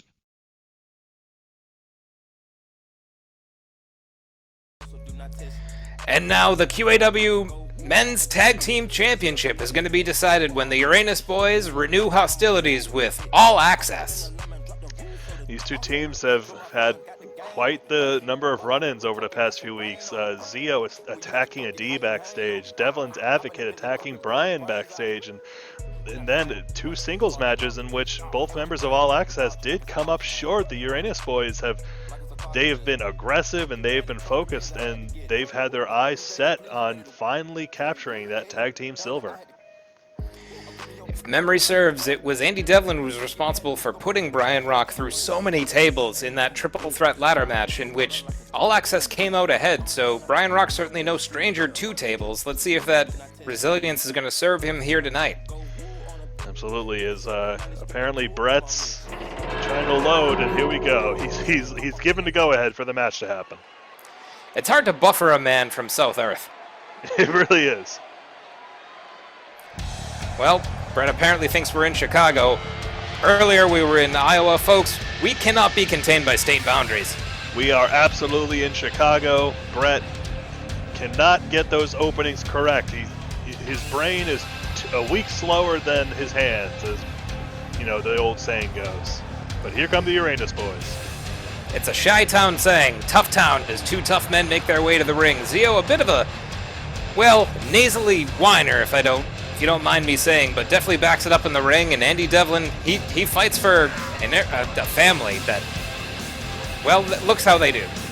his beautiful wife, Rockmar, and his beautiful son, Gleeblorb 23. Definitely human, as Devlin's Advocate definitely is as well. But they've had a bit of a history as well, almost splintering apart near the beginning of QAW. But these two men have renewed their friendship, their alliance, and they are looking to finally prove it here against All Access. A strong bond exists between these two men, just like that strong bond existing between Big Daddy and Iron Pete Fenzel and Chunkle, between Animal Farm, Andrew Mayer and Wayne, and the Farm Boy, and the very best of those tandems on their way to the ring as they are the tag team champions, All Access.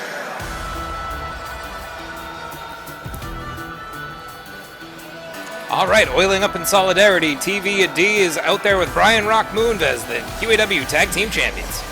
Looks like in solidarity, wearing them skivvies, oiling up, and not putting on shoes. All Access is coming out as more unified than ever. A bold move in a match with tables. They could get splinters, they could get shards all over their rippling muscles there, but in they come.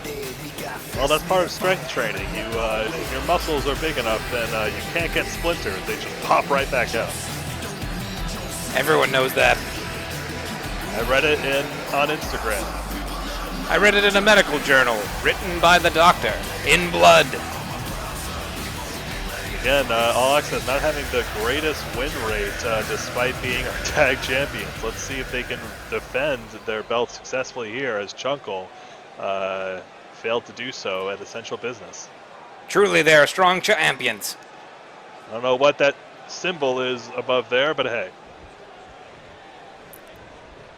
It's a W for wrestling as off we go. Oh, big boot there immediately to Zio. Brian Rock not to be trifled with. It looks like both the D and Devlin's Advocate looking to grab those tables early. Remember, folks, that in a tables match, the first person to get thrown through a table loses the match for his team. So that's all that needs to happen. One man goes through a table, this match is over. Not quite as simple as it sounds. You have to wear down your opponent enough to put them through a table, as the tables might be in the ring, but it might take a little while for, one competitor to get put through as Brian Rock puts his forearm through Andy Devlin. And a stop to the head of Zio. DDT there from Andy Devlin with the Uranus boys tilting things back in their favor. Flying head scissors to TV&D. Back and forth action. Fast and furious as TV&D checks out. Comes immediately back in as a spinebuster grounds Brian Rock. Zio trying something impressive there, but not coming up short. Doing a little bit of a premature victory dance, it seemed. Well, we know Zio is not lacking for confidence, and he's also not lacking in opinions on his fellow tag team members. So who knows what's going through his head? Looking to be the very best and doesn't mind sharing everything on his mind as he's now brutalizing TV&D with that table. Just beating him to death with it. Brian Rock coming to the aid of his partner. Out goes Andy Devlin to the outside as Zio goes to work on Brian Rock. Again, these tables are They are solid wood, folks. I hear they come from redwood pine oaks, the hybrid master of trees. The only trees that... Here we go. TVAD scaling the ropes. Oh! Stereo suplexes there, narrowly missing each other. D flying Zio over that other one, but yes, and now it looks like TVAD going to just taking it to Devlin's Advocate, looking to pull off a similar move we just saw Amrak do. Looking to put those, bare feet across the face of the man from South Earth. And now they have Andy Devlin isolated. They could work together and put him through a table, but TVAD looking to play defense with that other table. There's a lot of strategy here, where to set up the table, and you have to make sure. Oh! Devlin being thrown that table in the corner. Devlin precarious against that table. TVAD sent into him. Uh-oh! Andy Devlin reverses. Oh, Brian Rock bouncing off the table. Did not go through. Brian Rock maybe looking to powerbomb Andy Devlin through that table, but Andy Devlin managing to reverse it, thankfully. TVAD brings down Zio. Brian Rock's going to have, like, table-based PTSD. He either gets put into or through many tables in QAW. He really does. He's not had the best experience of that. I've seen him terrified at the craft services table. Who could blame him as TVAD gets sent out by Andy Devlin? He hit a weasel woo on Zio, but then Andy Devlin throws him out, and it looks like Andy Devlin's looking to fly. Right through the ropes and landing a huge shoulder charge on TVAD, who is now laying akimbo on the outside. Zio very impressed. He is. Oh, and now Andy Devlin's lacked in the tractor beam. Tractor beam, brings TVAD crashing on the outside. Brian Rock sent ricocheting off the barricade. All Access is in huge trouble here.